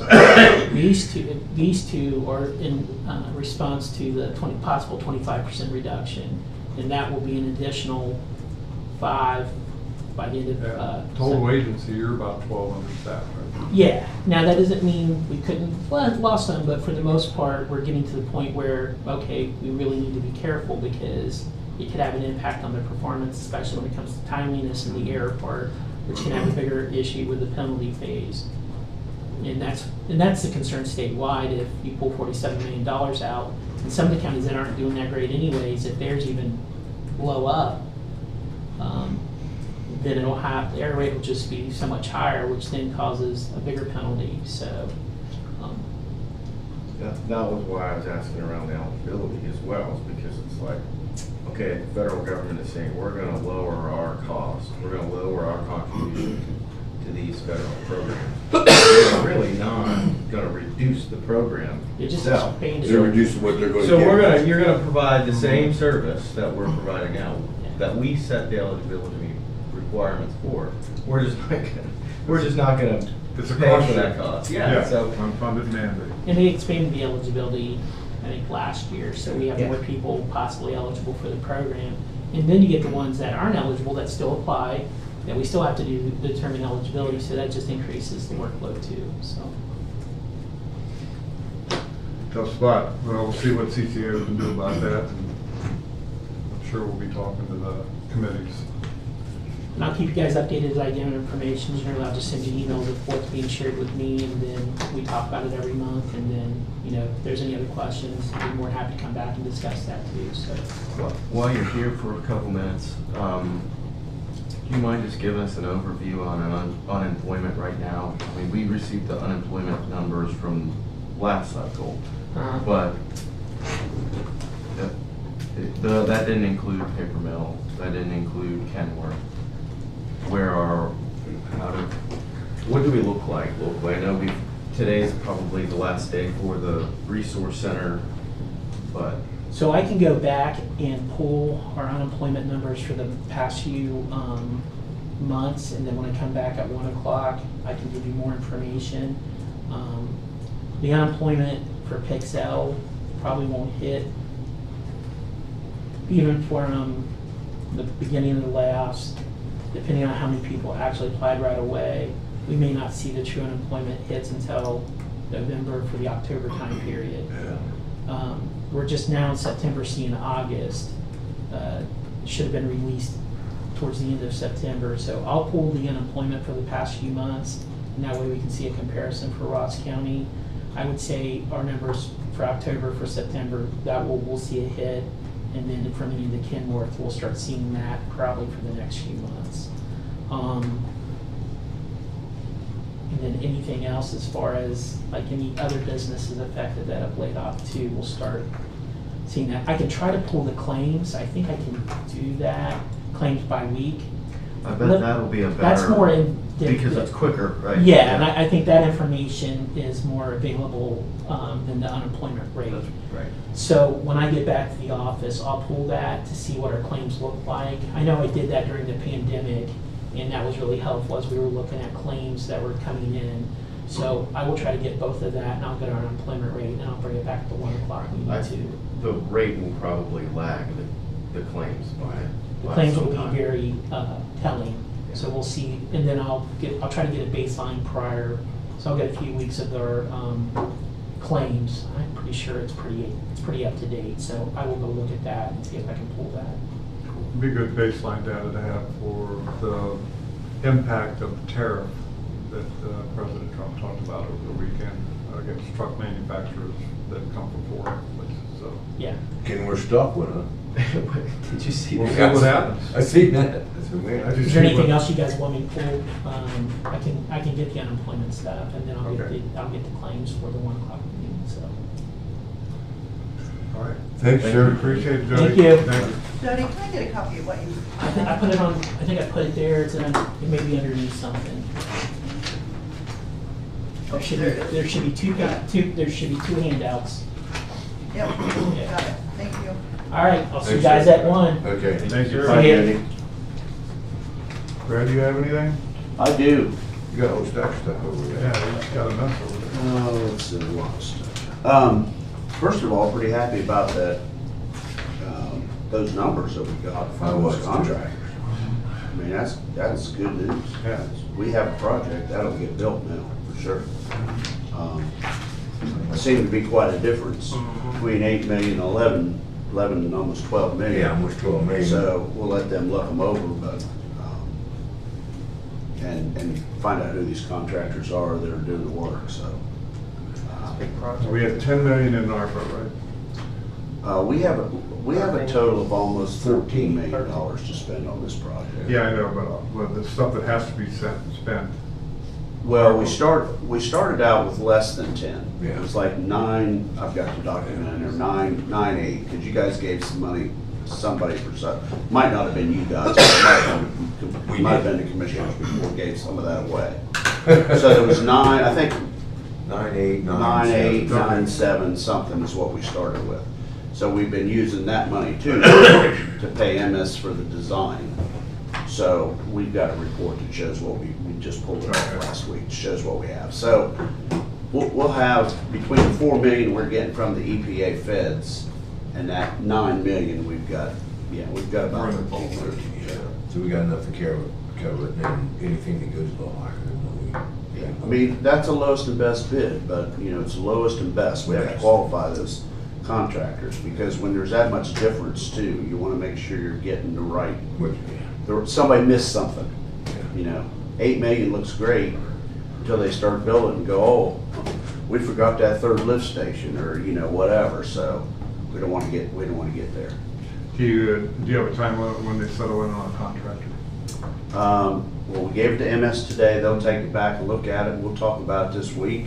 And hopefully I'll have it back to you to Monday we'll talk to Ben too. And then we've got the contract. I think the contract's already drawn up for this project. So all we'll have to do is present it to him and they'll be able to get started in January probably. Good deal. Yeah, so let's see. We got a pay app for the jail. We're almost getting close to the end of that, aren't they? They only got one. They got one big one. They've got K-Pod, J-Pod, and I think one more. This one is H, I believe is what they did with this one, I believe. This is the 6th pay app. They're more than 6 months in. Usually they give you a pay app every month. Mm-hmm. But because the bigger cells, the bigger That's what pods are they're- taking longer. And I told them, They're switching. They're gonna do K-Pod now. They were gonna do it last. right, They decided to move it, but before we can move any inmates into a pod that's been complete, BAD has to come in and inspect it. Well, we have it scheduled for next week, but they're at a conference. Well, I sent them a message and said, well, all of them at a conference? we have to give them 2 weeks' notice, the two that would look at it, the usual jail inspector, and then the gentleman that runs the Right. program. So they have to look at it. I said, if we hold the contractor up, we're gonna get a delay, we're gonna get a change order. So you guys decide what you want to do. So everybody's working on it right now to And we'll figure out send what we're going to it, and do. we get a change order, and the bill's, we're gonna send the bill to the state. Well, they're paying the bill anyway. Yeah, I know that, but So that's we'll what I send said another to him. I said, if you guys are fine with the change order, then go ahead and we'll do it now. Yeah. So we're working on trying to figure it out. So how many plots are left? 3, I think. 3? Yeah. Because I talk to one of the guys every once in a while. Not about right. 3 pods left. That's what they told us. Yeah. I just stop in there and talk, and say, you guys need to get done. He said, we're getting. Yeah, they're close. All right, this is to pay an installment of $159,773.45. So moved. All in favor, say aye. Aye. And this all gets reimbursed by agreement. Yeah.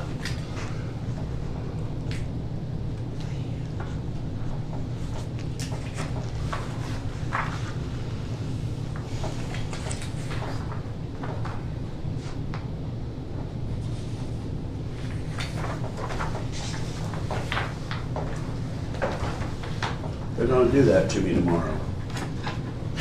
Really? Yep. I've been hobbling around with this bad Achilles tendon for over a year. I've had rehab, I've had all kinds of treatments. They want to do this, what used to be a surgery, which is now this thing, whatever it is. I gave you this because I can't pronounce all that. So we'll be on crutches or a cart for at least a week or so, and then a boot for 6 weeks. After 2 weeks, they go back and they put plasma in there to make it heal better, I guess, or whatever. So I'm going to be a little under the weather for the next. They were talking to me about this, I get it. You It's not, get about that too. Partially torn Achilles. They call it a tendonitis jet, Achilles tendonitis jet, whatever that means. Sounds like we're flying somewhere. That's where the tendon starts fraying apart instead of tear like in half. or anything. Exactly, It's and I've got a yeah. bone spur in there that just keeps tearing at it, so It's a lovely thing. Is I it? get you, I yeah. can't wait. I'm Mhm. really excited about it. Yeah, they wanted to do this to me, I said no. But I'm just kind of hobbling around.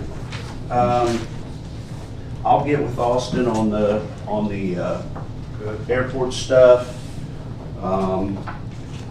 The service center stuff is out to bid and it gets advertised, I think, again today. That opens on the 14th. I'll set up the appointment time to talk to our consultant and our contractor for the courthouse. What else do we have? I think that's it. Well, facilities plan, we got that out for bid, we signed off on that this morning. It is. Scale and scope. That's gonna probably weigh in heavily with discussions on, the move of the third court up here and the prosecutor's office here and move us out. We'll probably have quite a few meetings about that. Right. Well, but the thing is, the Supreme Court, our Supreme Court may say, yeah, you're gonna have a third courtroom here, and it's gonna be this date. Well, they were here last Tuesday. They You were- know what the report was? Have you seen it? We haven't got it yet. No. I wanted to go with them, and I forgot all about it. Now, where was I? I was at another meeting. Was there security, anything right? that they pointed out, or did you guys know? That was security. The guy said that he would have the report written in about 2 days, but it would take about 6 weeks because of all the red tape he has to go through. Because 3 or 4 different people have to. So you can approve it. imagine he's not at liberty to discuss what he believes the findings should say back to us At this point in time or at ever? this point in time, Okay, until he goes through his bureaucracy. yeah. Well, every day we wait, something could happen. I mean, that's the way I look at it. I know you guys do a good job with the 3 that are downstairs, but is that enough? And are we covered on this side? I mean, there's a lot of. But we're not covered on It's You're getting not covered. crazy. You guys are wide open Right. over here with the door, and there's nobody at it. You had 2 mass casualty events over this weekend. It can happen anywhere at any time by any means. Right. Maybe this is a Let's good start time to have here. that surgery. You figure if they come to our back door, they'll go anywhere. Yeah. And they came to our back door, and we were lucky that it was after business hours. All but one, he's still living with it. And will the rest of his life. Yeah. And it will That has to impact all of you too. You had a brother. We learned a few lessons, but again, we're limited by our location. You know, the public has to have certain access to its public infrastructure. The problem is you never know when that one's going to walk in that has an ulterior motive. Yeah, Chillicothe police officer got one of the best. Thank God he had a vest on. Yeah. Yeah. That's what they were saying about that church fire in Michigan, you know. Yesterday. I mean, churches are so accepting of everybody. It's like, you know, come in.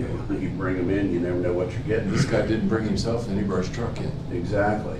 He brought his truck in, And his all gun and guns, his dog he and his set the firearms. fire. Yeah. Crazy, man. Where's the wiener at? He is, Scooter is in Myrtle Beach. Okay, yeah, that's right. You just say he's going to Myrtle Beach. He's waiting to see the hurricanes come in. Yeah. Did you see him dressed up out there? Yes, I got pictures of him. Oh, you do? I'd love to have one. Oh, of those. we'll cover you I'd on love to that. have I got several. Are you ready for us? We are Yes. ready for you, yep.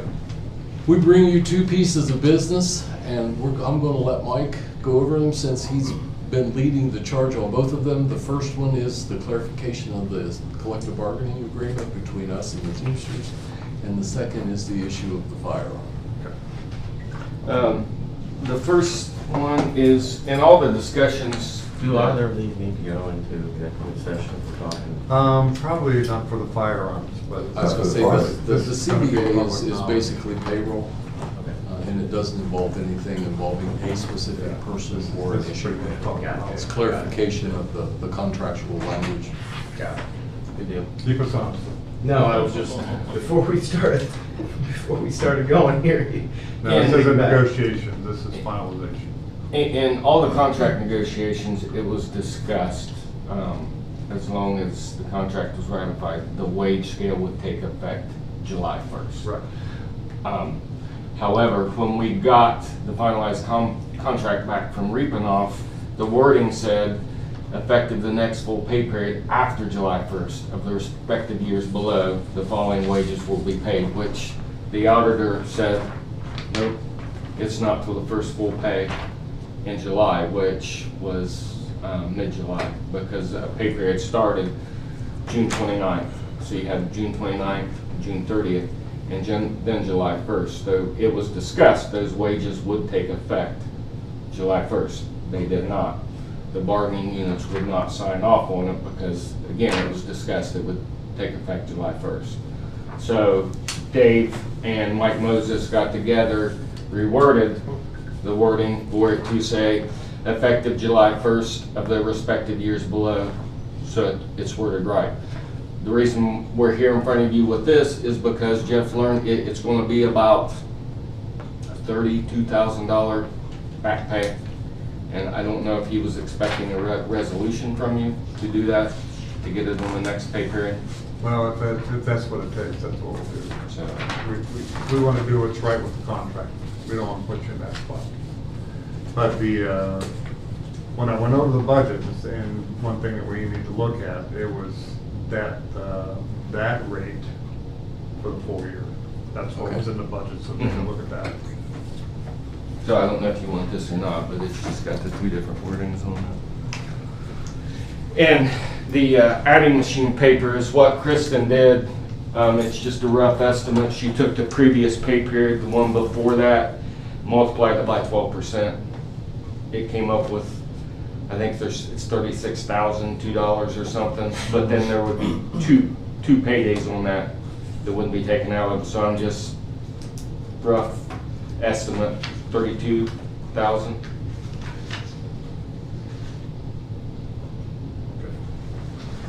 We want to do what's right by the contract.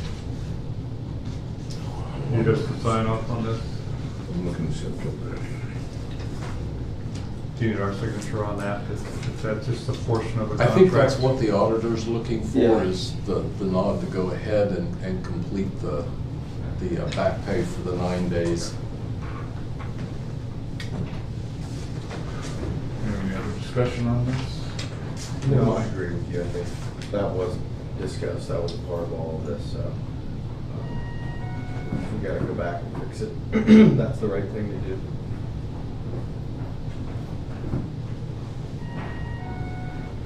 How's your staffing? We're still Thank you, looking, guys. we're still looking, the applicant pool is not very deep. And we're in competition with all those around. So, it's something that we'll have to stay as competitive with as we possibly can. How many vacancies you got? At this time, I think we've got three. Three in patrol, or I know 3 patrol and 3 Three in jail. Dispatch is full, and civil is full. So this should help. We're hoping that we can attract some senior instead of just, first folks out of the academies. But we're also looking to send folks out of our own corrections division that want to further their professional development and are looking for the law enforcement certificate so that we've got a better idea of what we're going to turn out and be able to put on the streets in the county.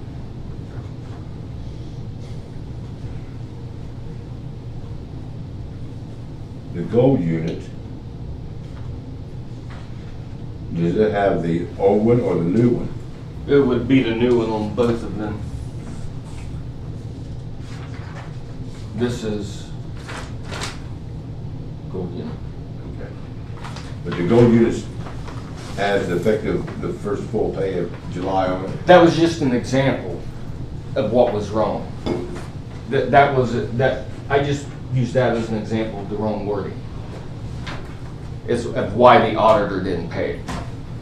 They both, the blue and the gold, both said the exact same thing initially. The first full pay. Well, my thing is I don't want the gold coming in. Yeah, no. Next month and saying, I just use we that. want the same thing that they got, and Yeah. okay. See, this is the gold with the correct wording. Okay.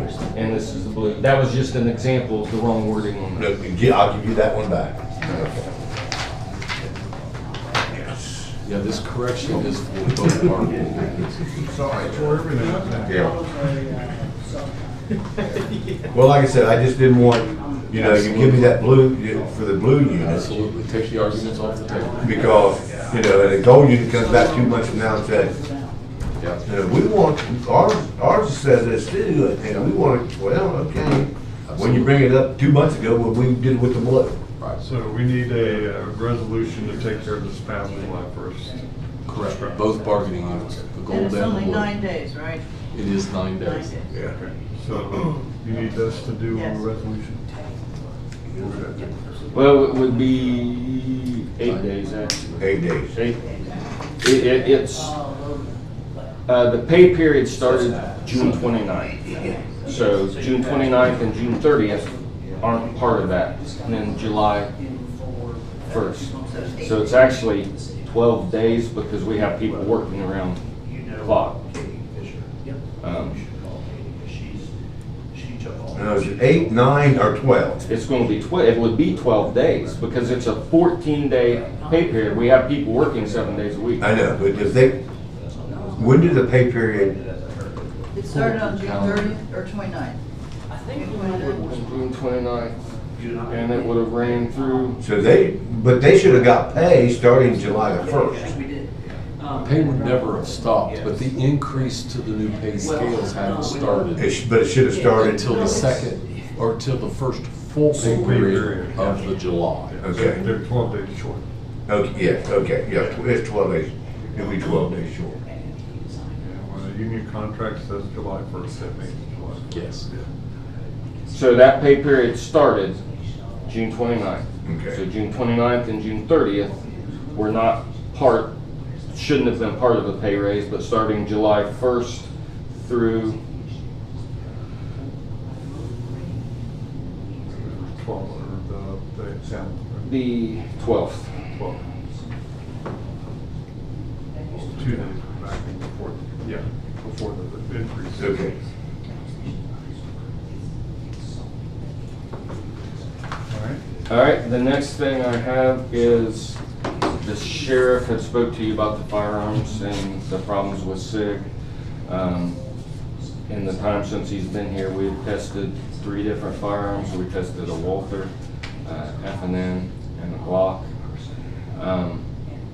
The Walther was probably the nicest, most precise firearm that we tested, but it was also the priciest, to the tune of, I believe, around $1,100 per pistol. Okay, I thought you were gonna say more.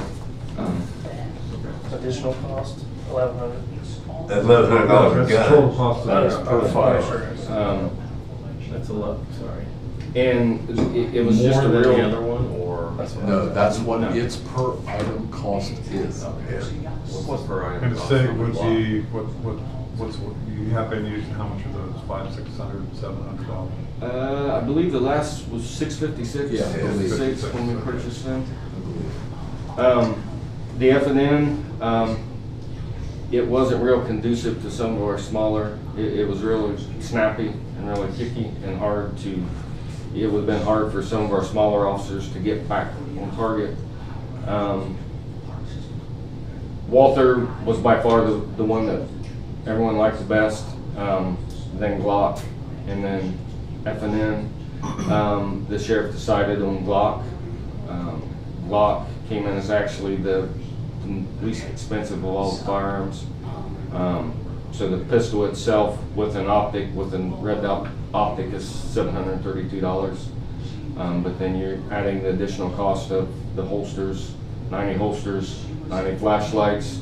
From Vance's, after Vance's is giving us a trade-in value of $228.78 for each. Vance is gonna take them? Yeah. I thought they wasn't gonna take, first they wasn't gonna take them. Keesler won't. Okay. Walther said no. Okay. FN said no. But if we go through Vance's with the Glock, after the $228, $18,000 credit for the trade-ins for 90 pistols, holsters, and lights is $71,980. Why are we going with the lights? Why do we need the lights?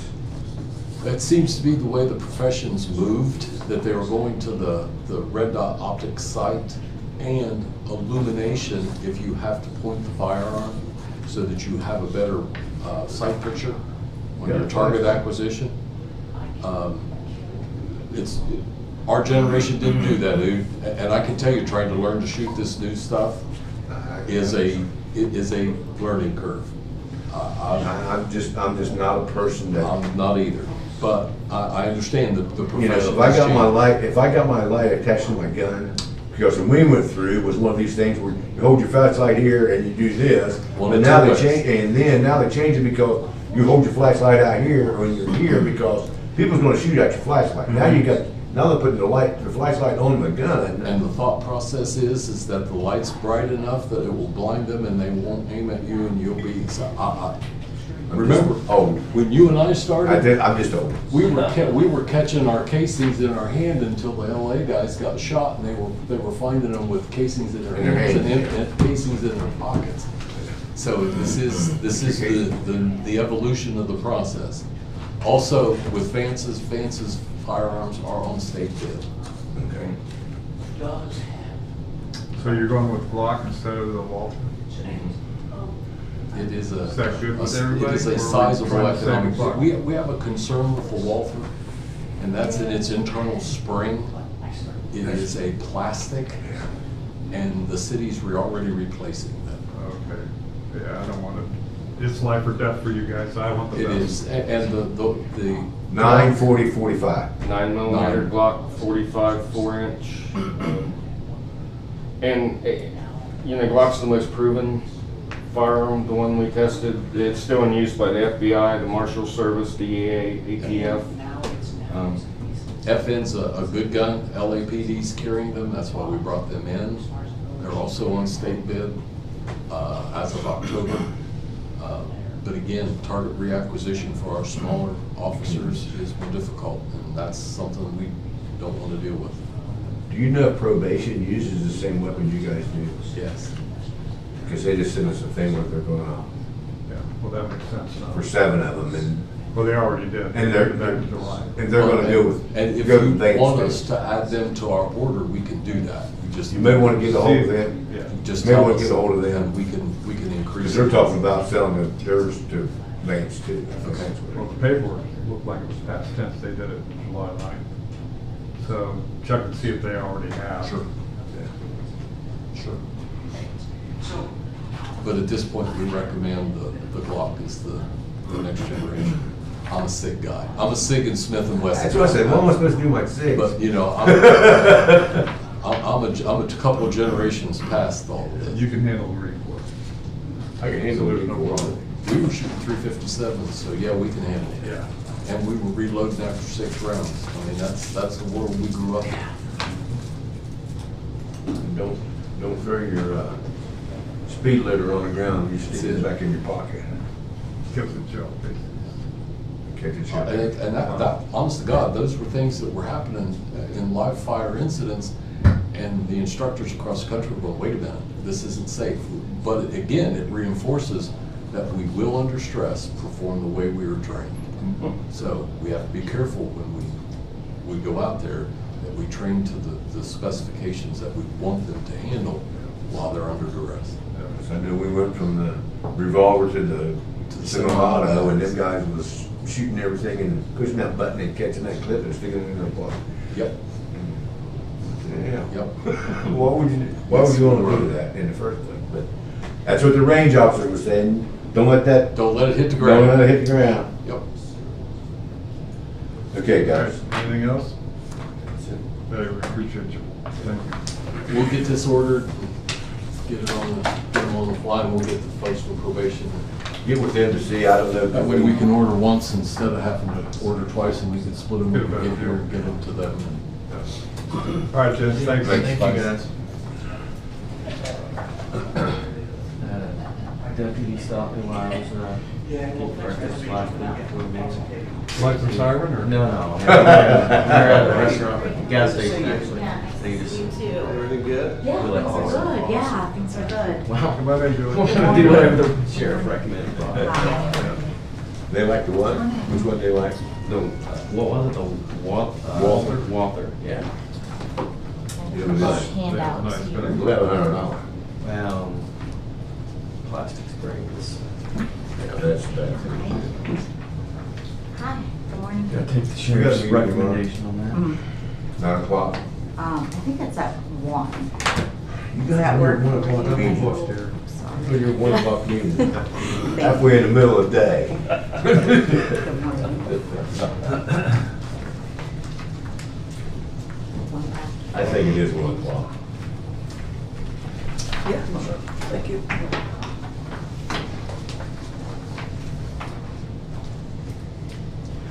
Thank you for the opportunity to come in. Hey, no problem. We love your updates. I was wanting to just give a quick update on the Resource Center and some of the things that we have going on and some data on the numbers that we've served. And then wanted to talk a little bit about a plan of action we have to involve the community in addressing homelessness within the county. So, can I just go ahead or? Yeah. Okay, so the first page in the packet is just some data since we opened in December of '23. So it's been about 22 months of operating at the Resource Center. We are continuing to operate 24 hours a day, 7 days a week, which we are happy we can do that. As you can see, we've served a high number of people, 867 unduplicated individuals, which encompasses 711 households and 95 children. And then just some other demographics and conditions of the folks that we are serving. So you'll see we have serving veterans. The number of chronically homeless is 228, which means a big number of the people we are serving are not chronically homeless, and that a lot of times they are experiencing their first episode of being homeless. How do you define chronic? I don't mean that, I just mean like, Sure, what's the there's a HUD, parameter? federal HUD definition, and I don't know it exactly, but it's basically, it's if they've had more than within the last like year or 2 years of time. I will get you the exact definition, but the people we have that do the intakes know how to classify that. And then we use HMIS, which is a homeless management information system across the state of Ohio. So we're able to see if somebody else has come into other shelters or they've sought homeless assistance in another county or within our own county. So we can track those. And then people, a lot of times, like for permanent supportive housing, like with the MacArthur Gardens project, they have to have documented homelessness for a period of time to be able to get into certain services or programs for housing. And then we are, I think just, I think this is helpful to just reflect on some of the barriers of the folks we're serving and what they might be dealing with. So physical disabilities, these are self-reported at intake when they come into the shelter. So 214 people indicating physical disabilities, chronic health conditions, 137, developmental disabilities, 124, mental health disorder, 500. Substance use disorder, 198, and that includes alcohol and other drugs. History of being a victim of domestic violence, 129. Individuals with income at entry is 281. So I think that number is important because it is reflecting the number of individuals that do have income, whether it's Social Security, earned income from employment, and we track what type of income, but that almost 300 of them do have income. It's just finding safe and affordable housing. And then the goal is ultimately to transition people and families to permanent housing. So we've been able to do that for 162 individuals, and that means they are in their own rental or their own home, whether it's an apartment rental or they've purchased a house. Number of individuals transitioned into temporary housing is 172. So that is, maybe transferring to more of a transitional living or living with other family members. A lot of times that works out. And then total number of individuals transitioned into institutional situations is 83. So we've been able to get several people into nursing homes, assisted living facilities, which are much more appropriate for their situation, or substance use treatment, mental health treatment, hospitalization. That's how we track that at their exit. So, and we do have a lot of, several people that exit, we don't know where they go when they leave, but that's what we're able to track and enter into our system. Currently, our overnight capacity is 60 individuals a night. We did reduce that over the summer. We had a capacity of 90, but because of funding and knowing the funding we have available and making sure we could sustain 24-hour-a-day operations through at least March or April of this year, ensuring that we could do that, we did reduce capacity because of staffing costs. So for us, that is our largest expense, and I do have a breakdown of our budget here in a couple pages. But just have a question on sure. The numbers here. I have 3 in a row here with the disorders and domestic violence, mental health disorder at 500, substance use disorder at 198, and then history of domestic violence at 129. I'm sure this isn't distinct individuals lumped into this. There's crossover. Yes. Similar kind of situations for them. Does this represent any kind of security risk for you? And if so, how are you dealing with that? With security for just general operation security. Mm-hmm. Fingers crossed, hope nothing happens. Right. Yeah. Pretty much. Yeah. I mean, we do rely on the sheriff's department for help. Well, that's a response, right? Yes. Yeah. As in a response to that. Yeah, we do. I mean, we have a policy and procedure manual that we follow with behavioral expectations, and we do. I mean, we have, individuals will get like a coaching form if they're having trouble following policy and procedure. We understand that people we're serving do have a lot of barriers, but we're also operating a facility with children and families, and everyone sleeps in one room, and so we can't, be very tolerant of behaviors that are disruptive or threatening. So, and we do exit people if it's if they can't follow the policies and procedures. What kind of response time do you have by local police or sheriff? I think it's good. I haven't heard that directly. The staff down, at the center are the ones that will call if needed. And so, yeah, I haven't heard any issue with that. Yeah, our issues aren't a number crunch. We just want the safety of the people down there. Yeah, absolutely. At the top. Yeah, absolutely. Yeah, it's a very, overall, we do have incidents that happen, but overall, it's a very safe environment. And we have it open, like, for the community to come in. We have volunteers all the time come in from churches and different organizations. We want it to be that type of environment and operate it that way. So are there times there are incidents down there? Yes, but we try to address those right away, and try to connect people with the supports that are more appropriate. If somebody dealing with serious mental health, we try to connect with resources, and maybe there's a better situation for them. We work closely with Integrated Services is on site there, and Coleman Services with mental health crisis response services as well. So we definitely are bringing in a lot of partners and try to make appropriate referrals. We have a perfect guy on your board to help with that too. So. Yes, for sure. Next, quickly. Yeah.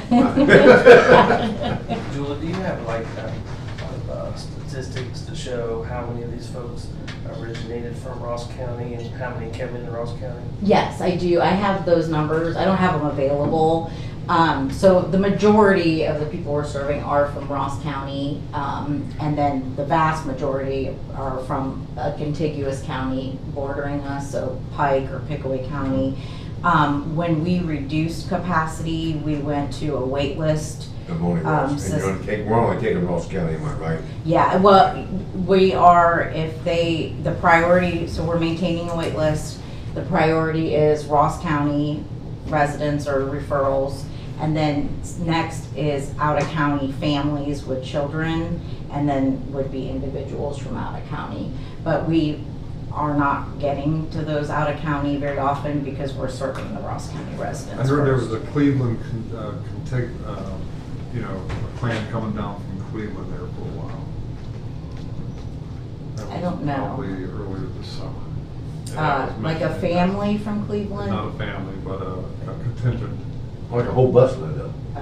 No. See, this is stories. Yeah, I've heard a lot of rumors that busloads are coming in, Busloads but that is are not true. Pike County's bringing busloads in, and Fayette County's bringing busloads in. Yeah. That's people not said that to true. me, and I said, No. I have a meeting once a month, and she never said that. No, that's That was for a Browns game. Yeah, and then, within our coordinated entry system for Ohio, so we operate under the continuum of care, which is operated or overseen by Cohio. And our standards and what we're expected to do is because we're an access point, and we have been the only access point for years until Integrated Systems opened up an access point with MacArthur Garden. So anyone reporting that they're homeless and needing services, they came through community action and got registered in the state system. So what we are expected to do as part of our coordinated entry and some of the funding we receive from the state is that then when people come in, then we are, regardless of where they're from, we are to check them into the access point and then refer out to other shelters. Well, we have our own shelter now, but prior to us having this, or if we're at capacity, then we are referring out, and we send a lot of people to other shelters out of county as well. So that's kind of what we're expected to do. Just like if somebody reports in Pike County to be homeless, then they work with their community action or another partner, and they then start referring to shelters, even if it's outside the county. So, but it's not bus loads, Right. and right now, for the last since June timeframe, we've served very few out of county. And if we have, it's a family with children. That's why we brought this up, because we're on YouTube right now. It's a perfect place to explain this out and Yeah. get truth and Sure. apart from fiction here. So. Yeah, yeah, We and I appreciate do have data on the number of people, because we do ask that. It's not part of our HMIS system that we run reports with all these demographics, but it is like we ask them when they come in, so. With the capacity change, what led to the capacity being lower from 90 to 60, just a better? The number of staffing costs. So on the next. Payroll. Yeah, payroll, exactly. So the next page just is kind of highlights some of the services we're offering, you know, besides the basic needs of food and, you know, shelter and showers and hygiene kits. You know, we do have a lot of supportive services when they come in.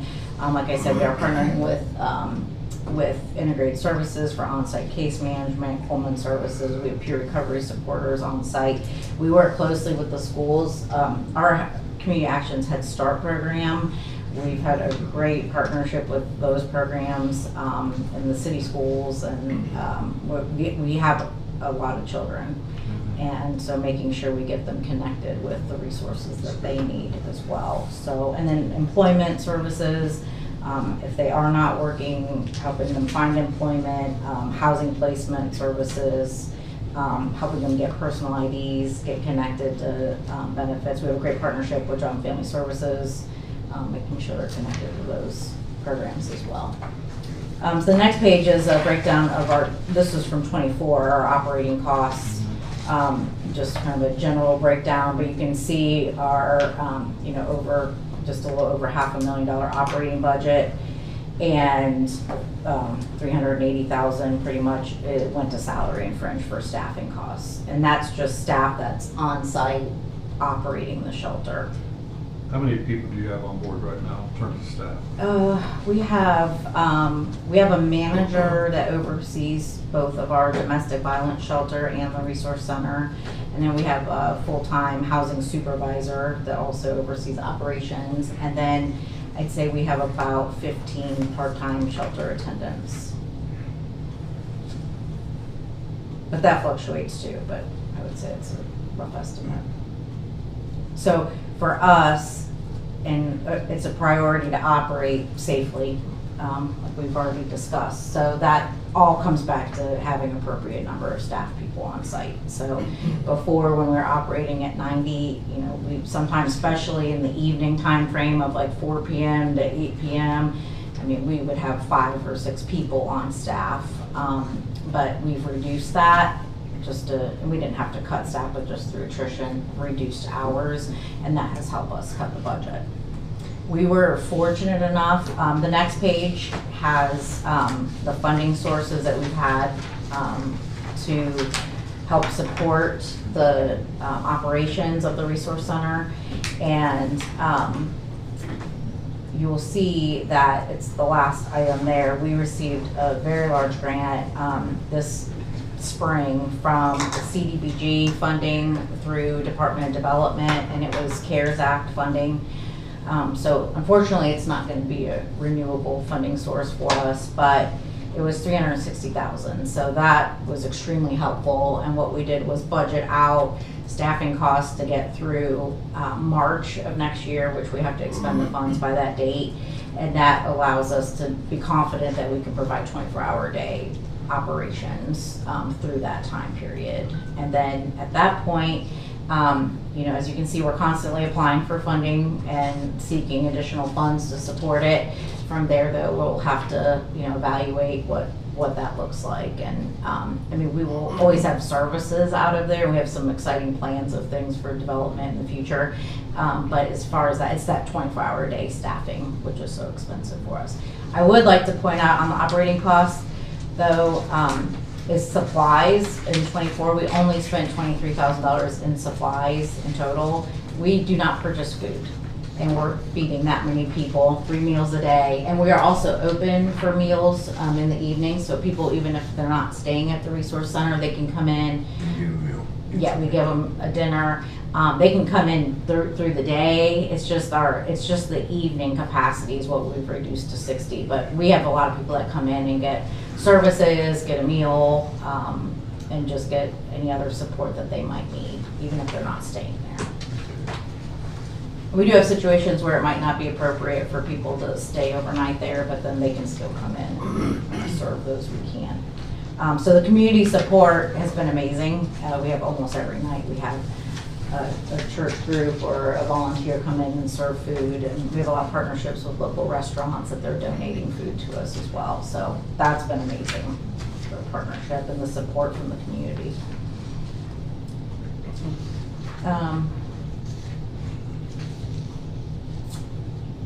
Any other questions on funding or operations?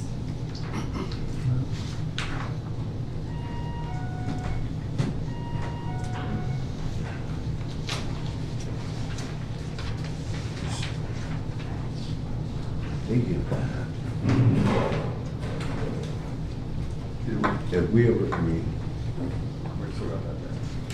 hmm? That's available. Yeah, I was gonna, I don't know if that's, is that available? It's a work session. Okay. Okay.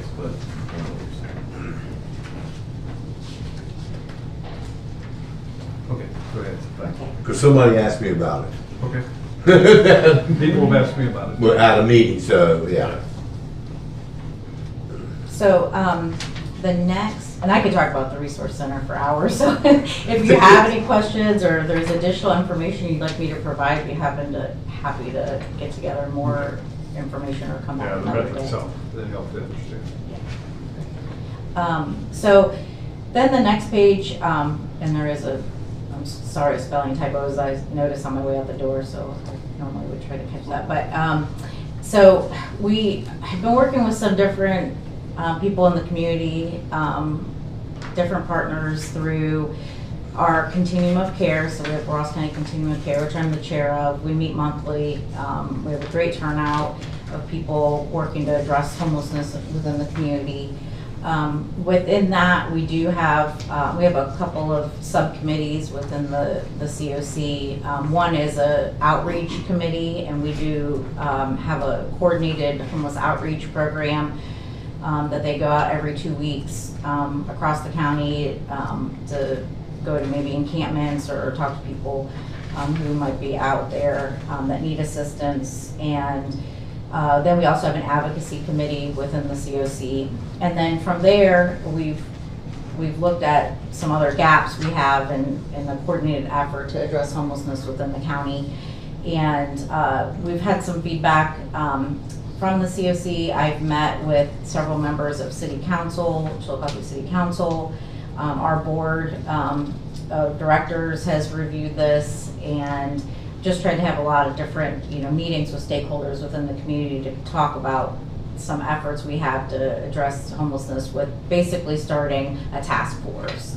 And what I wanted to do today was kind of review what we're looking at and then get any feedback from all of you from the county standpoint. We also held a meeting several months ago, invited private business representatives. I feel like that's a group we have a lot of support with donations, and our sponsor, our COP fundraising campaign, we've had a great response. But just to kind of talk through what we're looking at with homelessness and our housing issues, and also took feedback from them. Mike Throne from the Chamber facilitated it. Dr. Gabus helped sponsor the event and had some great feedback. So from all of these different, I want to say maybe focus groups, this is what we came up with from a community action standpoint and a COC standpoint of trying to lead some initiatives here. So this is basically like a charter, a draft charter of the members that we would form some subcommittees that would ultimately report back to Community Actions Board and our Ross County Continuum of Care.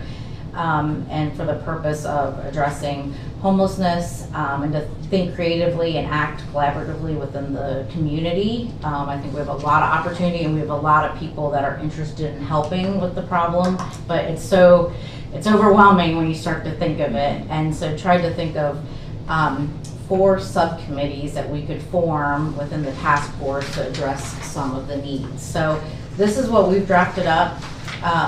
One would be, there would be 4 subcommittees. One would be an immediate funding solutions committee. So the main objective of this committee would be to identify and develop immediate funding opportunities to help financially sustain the resource center. So these are just suggested strategies, but fundraising, helping to promote or sponsor a COT, helping facilitate donation drives, recruiting volunteers to help at the center, and identifying other grant opportunities that we might not be aware of. The second would be a long-term funding solutions committee, and this would be to research and develop publicly funded revenue-generating solutions to provide long-term funding to sustain CRC operations. So, we've been busy applying to grants, and we've been very fortunate to be able to stay open 24 hours a day, 7 days a week. But long-term, we want to be realistic in what that looks like. And so these were just some ideas that were generated through these different focus groups, but look at different maybe tax or, and I'm by no means an expert in this, but that would be the idea of a committee coming together, hopefully with representation from the county and the city, to look at different ideas that could come together to support long-term funding for the resource center. And then the next would be a master site plan committee, and that would be a committee focused on looking at the development for the Eastern Avenue property. I really have the hope and the vision that we could develop some tiny houses on that property, have whether transitional units, just to help with the housing situation. I think that there's so much potential there. My goal wouldn't be that we don't need a emergency shelter for 60 people at night, I think we'll always need some sort of emergency shelter that people in a crisis can go to, but that we have other options for people to go, maybe family units that would be a better fit for the families. But we invested in connecting to the city sewer system last year, which was huge and a big step for us because we had a very old septic system. So we were able to do that with some grant funds and some investments from Community Action. We are excited about the roof replacement project that we'll be able to replace the roof. We are exploring some funding opportunities to install solar panels on the building that could help offset some of the energy costs. And I think I've had some initial conversations with some partners at the vocational school and about building opportunities. And I think there's a lot of people interested in working on a project like that. So a committee would be formed to help design that and look at opportunities for what funding to do that and bring partners together. And then the fourth committee would be a coordinated housing development plan. I know the city and the county both have plans to, address housing. We did a countywide housing assessment back in, I think it was 2020. I think a lot has changed in the housing market in the last 5 years. So I think an effort to, maybe look at another assessment or get everyone to come together and talk about plans and where we might be able to help with that and what opportunities there are for housing. Yeah, I think that our focus is to increase inventory. When you increase inventory, people that have purchased homes that they can afford more will have options to afford more, especially the lower income houses. So, I don't think our target should be on building more low-cost housing. I think it's medium and high-end housing so people can move up and then those become big. So is there, are you through with this? Yeah, that was my summary of it, yeah. One thing I wanted to ask is programming. Sure. And, you know, the real help of lifting people out of homelessness is to show them Yes. ways out. And maintenance of a facility for them to stay with and be out of the weather overnight and when it's cold, and then, you know, is there thought to a progression of education for these people or programs for these people? Have you reached out to other community members to designate those pathways to lift them out of poverty Yes. to be able to afford a home? Yes. I'm interested in hearing more about that. Sure, yeah, so we definitely, I agree that we need to make sure people are ready to move on. And I think some of those barriers we've already discussed, and making sure we're addressing, you know, mental health and substance use, and we definitely have partners in place for that. Like I said, employment, you know, helping them find jobs. We've been able to do that with several people. And then finding affordable housing is an issue. We have had some people working 2-3 jobs and not being able to find affordable housing. It's tight out there. Yes, it really is, and it's definitely a barrier. And then if you have somebody that might have an eviction on their record, or, you know, anything like that, it's just gonna, you know, decrease their chances of finding housing. I know our public housing wait list is over 3,000 people in Ross County. And so I think we do have a lot of examples of families that just can't. The need is there. Yeah, yeah. We partnered with the OSU Extension Office, and they created a renter certification program. And we've been able to do that mostly with individuals in our recovery programs. We've offered it. We just don't have space on site at the Resource Center to do training programs. That's something that in our vision of the property would be great to have space there to hold trainings and do that. But we've invited them and brought some over to our main office, and the renter certification program is great. It's a 6-hour program, and it trains them on how to be a good tenant, and then they get a certification. So the hopes then are that, you know, a landlord might see that maybe they have a prior eviction or they have some barriers, but they would be willing to rent to them because they have gone through that training course. So that's one example, I think, of partnership and work that we're doing to help people overcome the barriers and prepare them for self-sufficiency. Yeah, you know, I hate putting people in buckets, and it's not fair to them, but there is perhaps not a critical mass, but there are people that would be an easy step up to get away from this program. There's going to be hard cases and there's going to be easy cases, and we certainly understand that. So we want to help the people that need help. Sure. But we also want to help the people out of the situation and back to a more normal course of life as best we can too. Yeah. And that just kind of helps clean things up for you too. Yeah, absolutely. Yeah, we do operate a couple of recovery housing units for women. And it's, we're certified level 2 transitional housing, and they come in and they need to be employed when they enter the house, be active in a recovery program, and then they pay a rent, but it's very affordable. And that model has been very successful for us financially. It's sustainable because there's a rent. I mean, we use grant dollars to renovate the housing projects to get them ready. But it's that type of model that I think could be replicated outside of just recovery housing, but where they're paying, if we had tiny houses or something, more of a transitional model where then we can offer support on site and get them ready to transition into their own permanent housing unit and address some of the barriers and help them with that. So that's something I'd like to look at in the future. We're well aware that there's certain issues that need more focus for a corrective action or programming that's going to improve the situation. Your you know, your numbers on the first page signify pretty much priorities of what that is, with mental illness being at the top. Yes, yeah. We certainly need more facilities, getting one out of 550. Yeah, which is great. We need more probably.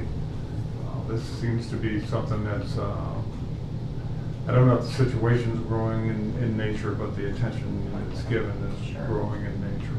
And so having the appropriate programs to help ward this off or correct situations that, may be going wrong is paramount.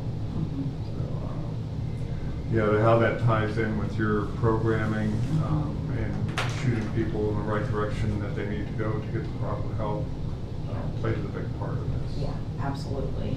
Yeah, and we've had a lot of great success stories, and where we had families that that we had a family of they were six people, and they were in there for several months trying to find housing, but the family now, both parents are working, the kids are enrolled in school, and the nice thing is with the partners we work with, a lot of times we can get updates or we see them and they're doing great. And that's just one example I could think of, but I think there are a lot of success stories where it's taken, there's a lot of pieces to this a lot of times to address the barriers and the needs for sure. We need to publicize those more. Yes, yes. Those definitely. are examples of how to get out. Yeah, and that is something we're trying to do better at. I think we're so busy trying to keep things operating and keep things going, and then we don't take the time, I think, to promote the success stories as much as we should, because there are a lot of them. Is there any feedback on the subcommittees, the task force? Is it? No, I think those look like logical steps. Okay. Being they do anyway. Yeah, I agree, and I would just say I'm encouraged by the idea of task force. I think it's an issue. Like Jack said, I don't know well enough if it's an issue that is getting worse itself, but I think the attention to it has grown. I think it's a time for that. One thing I would say as you develop this task force, local public policy is a part of all of this as well. And I look at what the city did with the trespassing legislation, and that was really there was so much brouhaha about that, but what that legislation did was reduce the penalties for public trespassing, and I think that gets to part of the issue. I look at what the Parks District did in collaboration with all of you to make sure that they did it the right way, and removing a settlement that had been there for many years. And I think I don't know about you guys, but from my perspective, that's one piece of this issue that I hear a lot about is the impact of homelessness or settlements of folks who may be on public or on private property around the county. That's specifically, I think, a policy question from our standpoint here. There's not right now a very good way for us to enforce or play a role, and we don't have a lot of mechanisms to weigh there. But as fortunate as those situations are, I think they also have impacts around public safety, public health, and making sure people are living in a place where they have, the appropriate things to handle waste, all of that. Sure. So I would just say I think every point on here that speaks to fundraising and planning and coordinating a collaborative effort are good, but I would say that if anything that comes off the top of my head that I don't see here necessarily would be, how do we, with local policy, play a role in making sure that we're addressing that issue as well as a part of all of this. Sure. Because I don't think that can happen or should happen absent collaboration and partnership with community action and all the other players in that game to do it correctly. Sure. With mitigation and proper, approach. Sure. Yeah, and those are things that, to address homelessness, the spectrum of things that need to be done to support the homeless and to do that. It's a long list, I think, of things and strategies that communities can take. I think that from a continuum of care standpoint and community action standpoint and trying to address efforts to move forward, I think, like you said, there's other strategies and things that need to take place. But from like our responsibility and what we feel like the role is of the COC and community action, that these were items or subcommittees that could move forward. And regarding the outreach, like the camping ban with the city, and we already have an established outreach team, like I mentioned, that is going out, and we will get calls from other, areas within the county beyond the city that there might be an encampment, and we send an outreach team out there to provide supportive services, let them know what's out there. We bring trash bags and supply kits, and we try to help them in that situation. And we don't want to see anyone living out in an encampment, and trying to have strategies. And then there's a great initiative going on right now with Joe Lecce's group, that they're cleaning up a lot of these encampments, and we partner with them. So I think some of just addressing at least the encampments in that situation, that there are already initiatives moving forward to address that. But from a policy standpoint, I think then that would be. Yeah, well, yeah, and I think that there's obviously the root cause issues are where their focus alleviates the issue itself. But from the standpoint of, when I get asked the question of, what can the county do toward this encampment located here, and typically the answer is there's not a lot. If it's on private property, the onus is on the private property owner. But that's just I think a growing issue, and I think within the public's perspective, it's what drives a lot of the discussion around homelessness as an issue overall. Sure. Is that one in particular? Yeah. And that nationally numbers have increased with homelessness drastically since the pandemic, and that's reflective in numbers across the country with the state numbers and locally. And so I think it's a issue across the country, and I think that's why I think we're seeing more of it too, because the numbers really have increased with homelessness. And I think what we're doing here in Ross County, Ohio has us. I talk to a lot of other state and federal legislators and talk about what we're doing here in a rural community to address homelessness, and it's a best practice and it's a unique way that we're trying to address it, and with the support of the county and the city. And so I think it's a great model, and I think all of these things are things that we can continue to do. Because it's a good start, and I think we have community partners that will come together and try to continue to work on it. Let's look at the numbers to quantify that. And out of 867 individuals that you've had interaction with, 162 have gone to permanent housing, 172 have gone to temporary housing. That's 334 people. 83 people got the help that they needed to get through institutional situations. So that's 413 out of 867. That's a pretty darn good track record in my book. Yeah, right. So what you're doing is working. And I'm interested in looking at ways to enhance your tool belt. Yeah, I agree. And give these people the best help that we can get. So as far as I'm concerned, what you've done is pretty monumental. Well, thank you.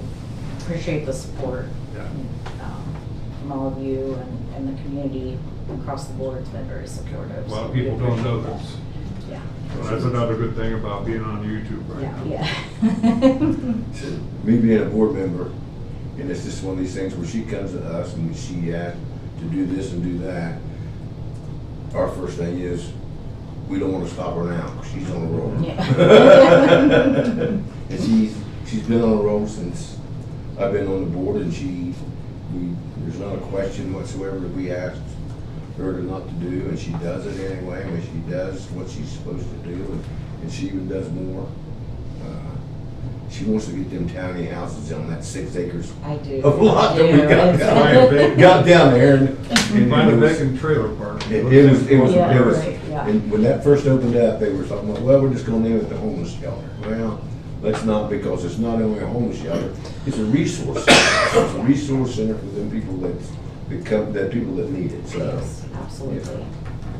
We just, at first I thought the community in that neighborhood would really be upset with it, but they are along with it also, and they know what they're looking for, and they know what they have now, so I like that.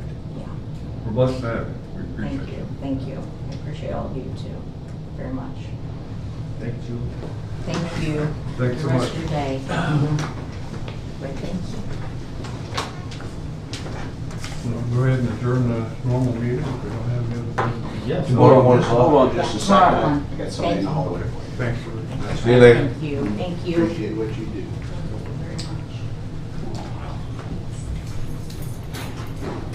Hi, guys. Hey there, how you doing? Good. Good. I'm so sorry, I was just gonna leave this for you guys to, sign and then get it back from you later, but they just, gave us an increase on our grant for day reporting. That's a shame. Yeah, long overdue. But, we got a 5% increase, for FY '26 and then a 4.5 increase for FY '27. Okay. So, that's all I have. That's great. I Great know. news. Yeah. I'm so excited. We appreciate your hard work going into that. Yeah.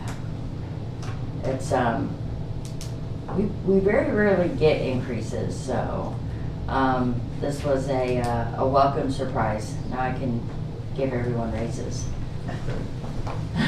So- Signatures, is that what you need? Yep, just need signatures.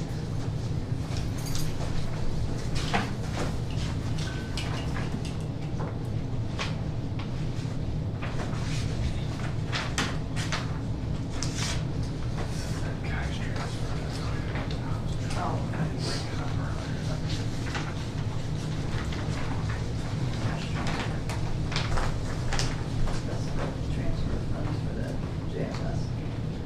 Actual cash. So this is an addendum to the State of Ohio Department of Rehabilitation and Correction, Ross County Sheriff's Office Day Reporting Program. Has entered into a renewal agreement with an increase that's going from $293,546 to $315,160. And that's effective at the beginning of the year for fiscal year '26. Motion to accept this increase in grant award. So moved. Second. All in favor, say aye. Aye. Yeah, I think they said we would, our next quarterly payment, we would see the increase.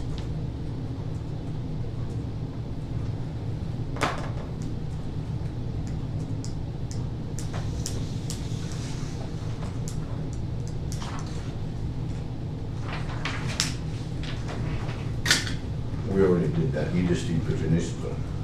It's $900,000. Move from one place to another to another.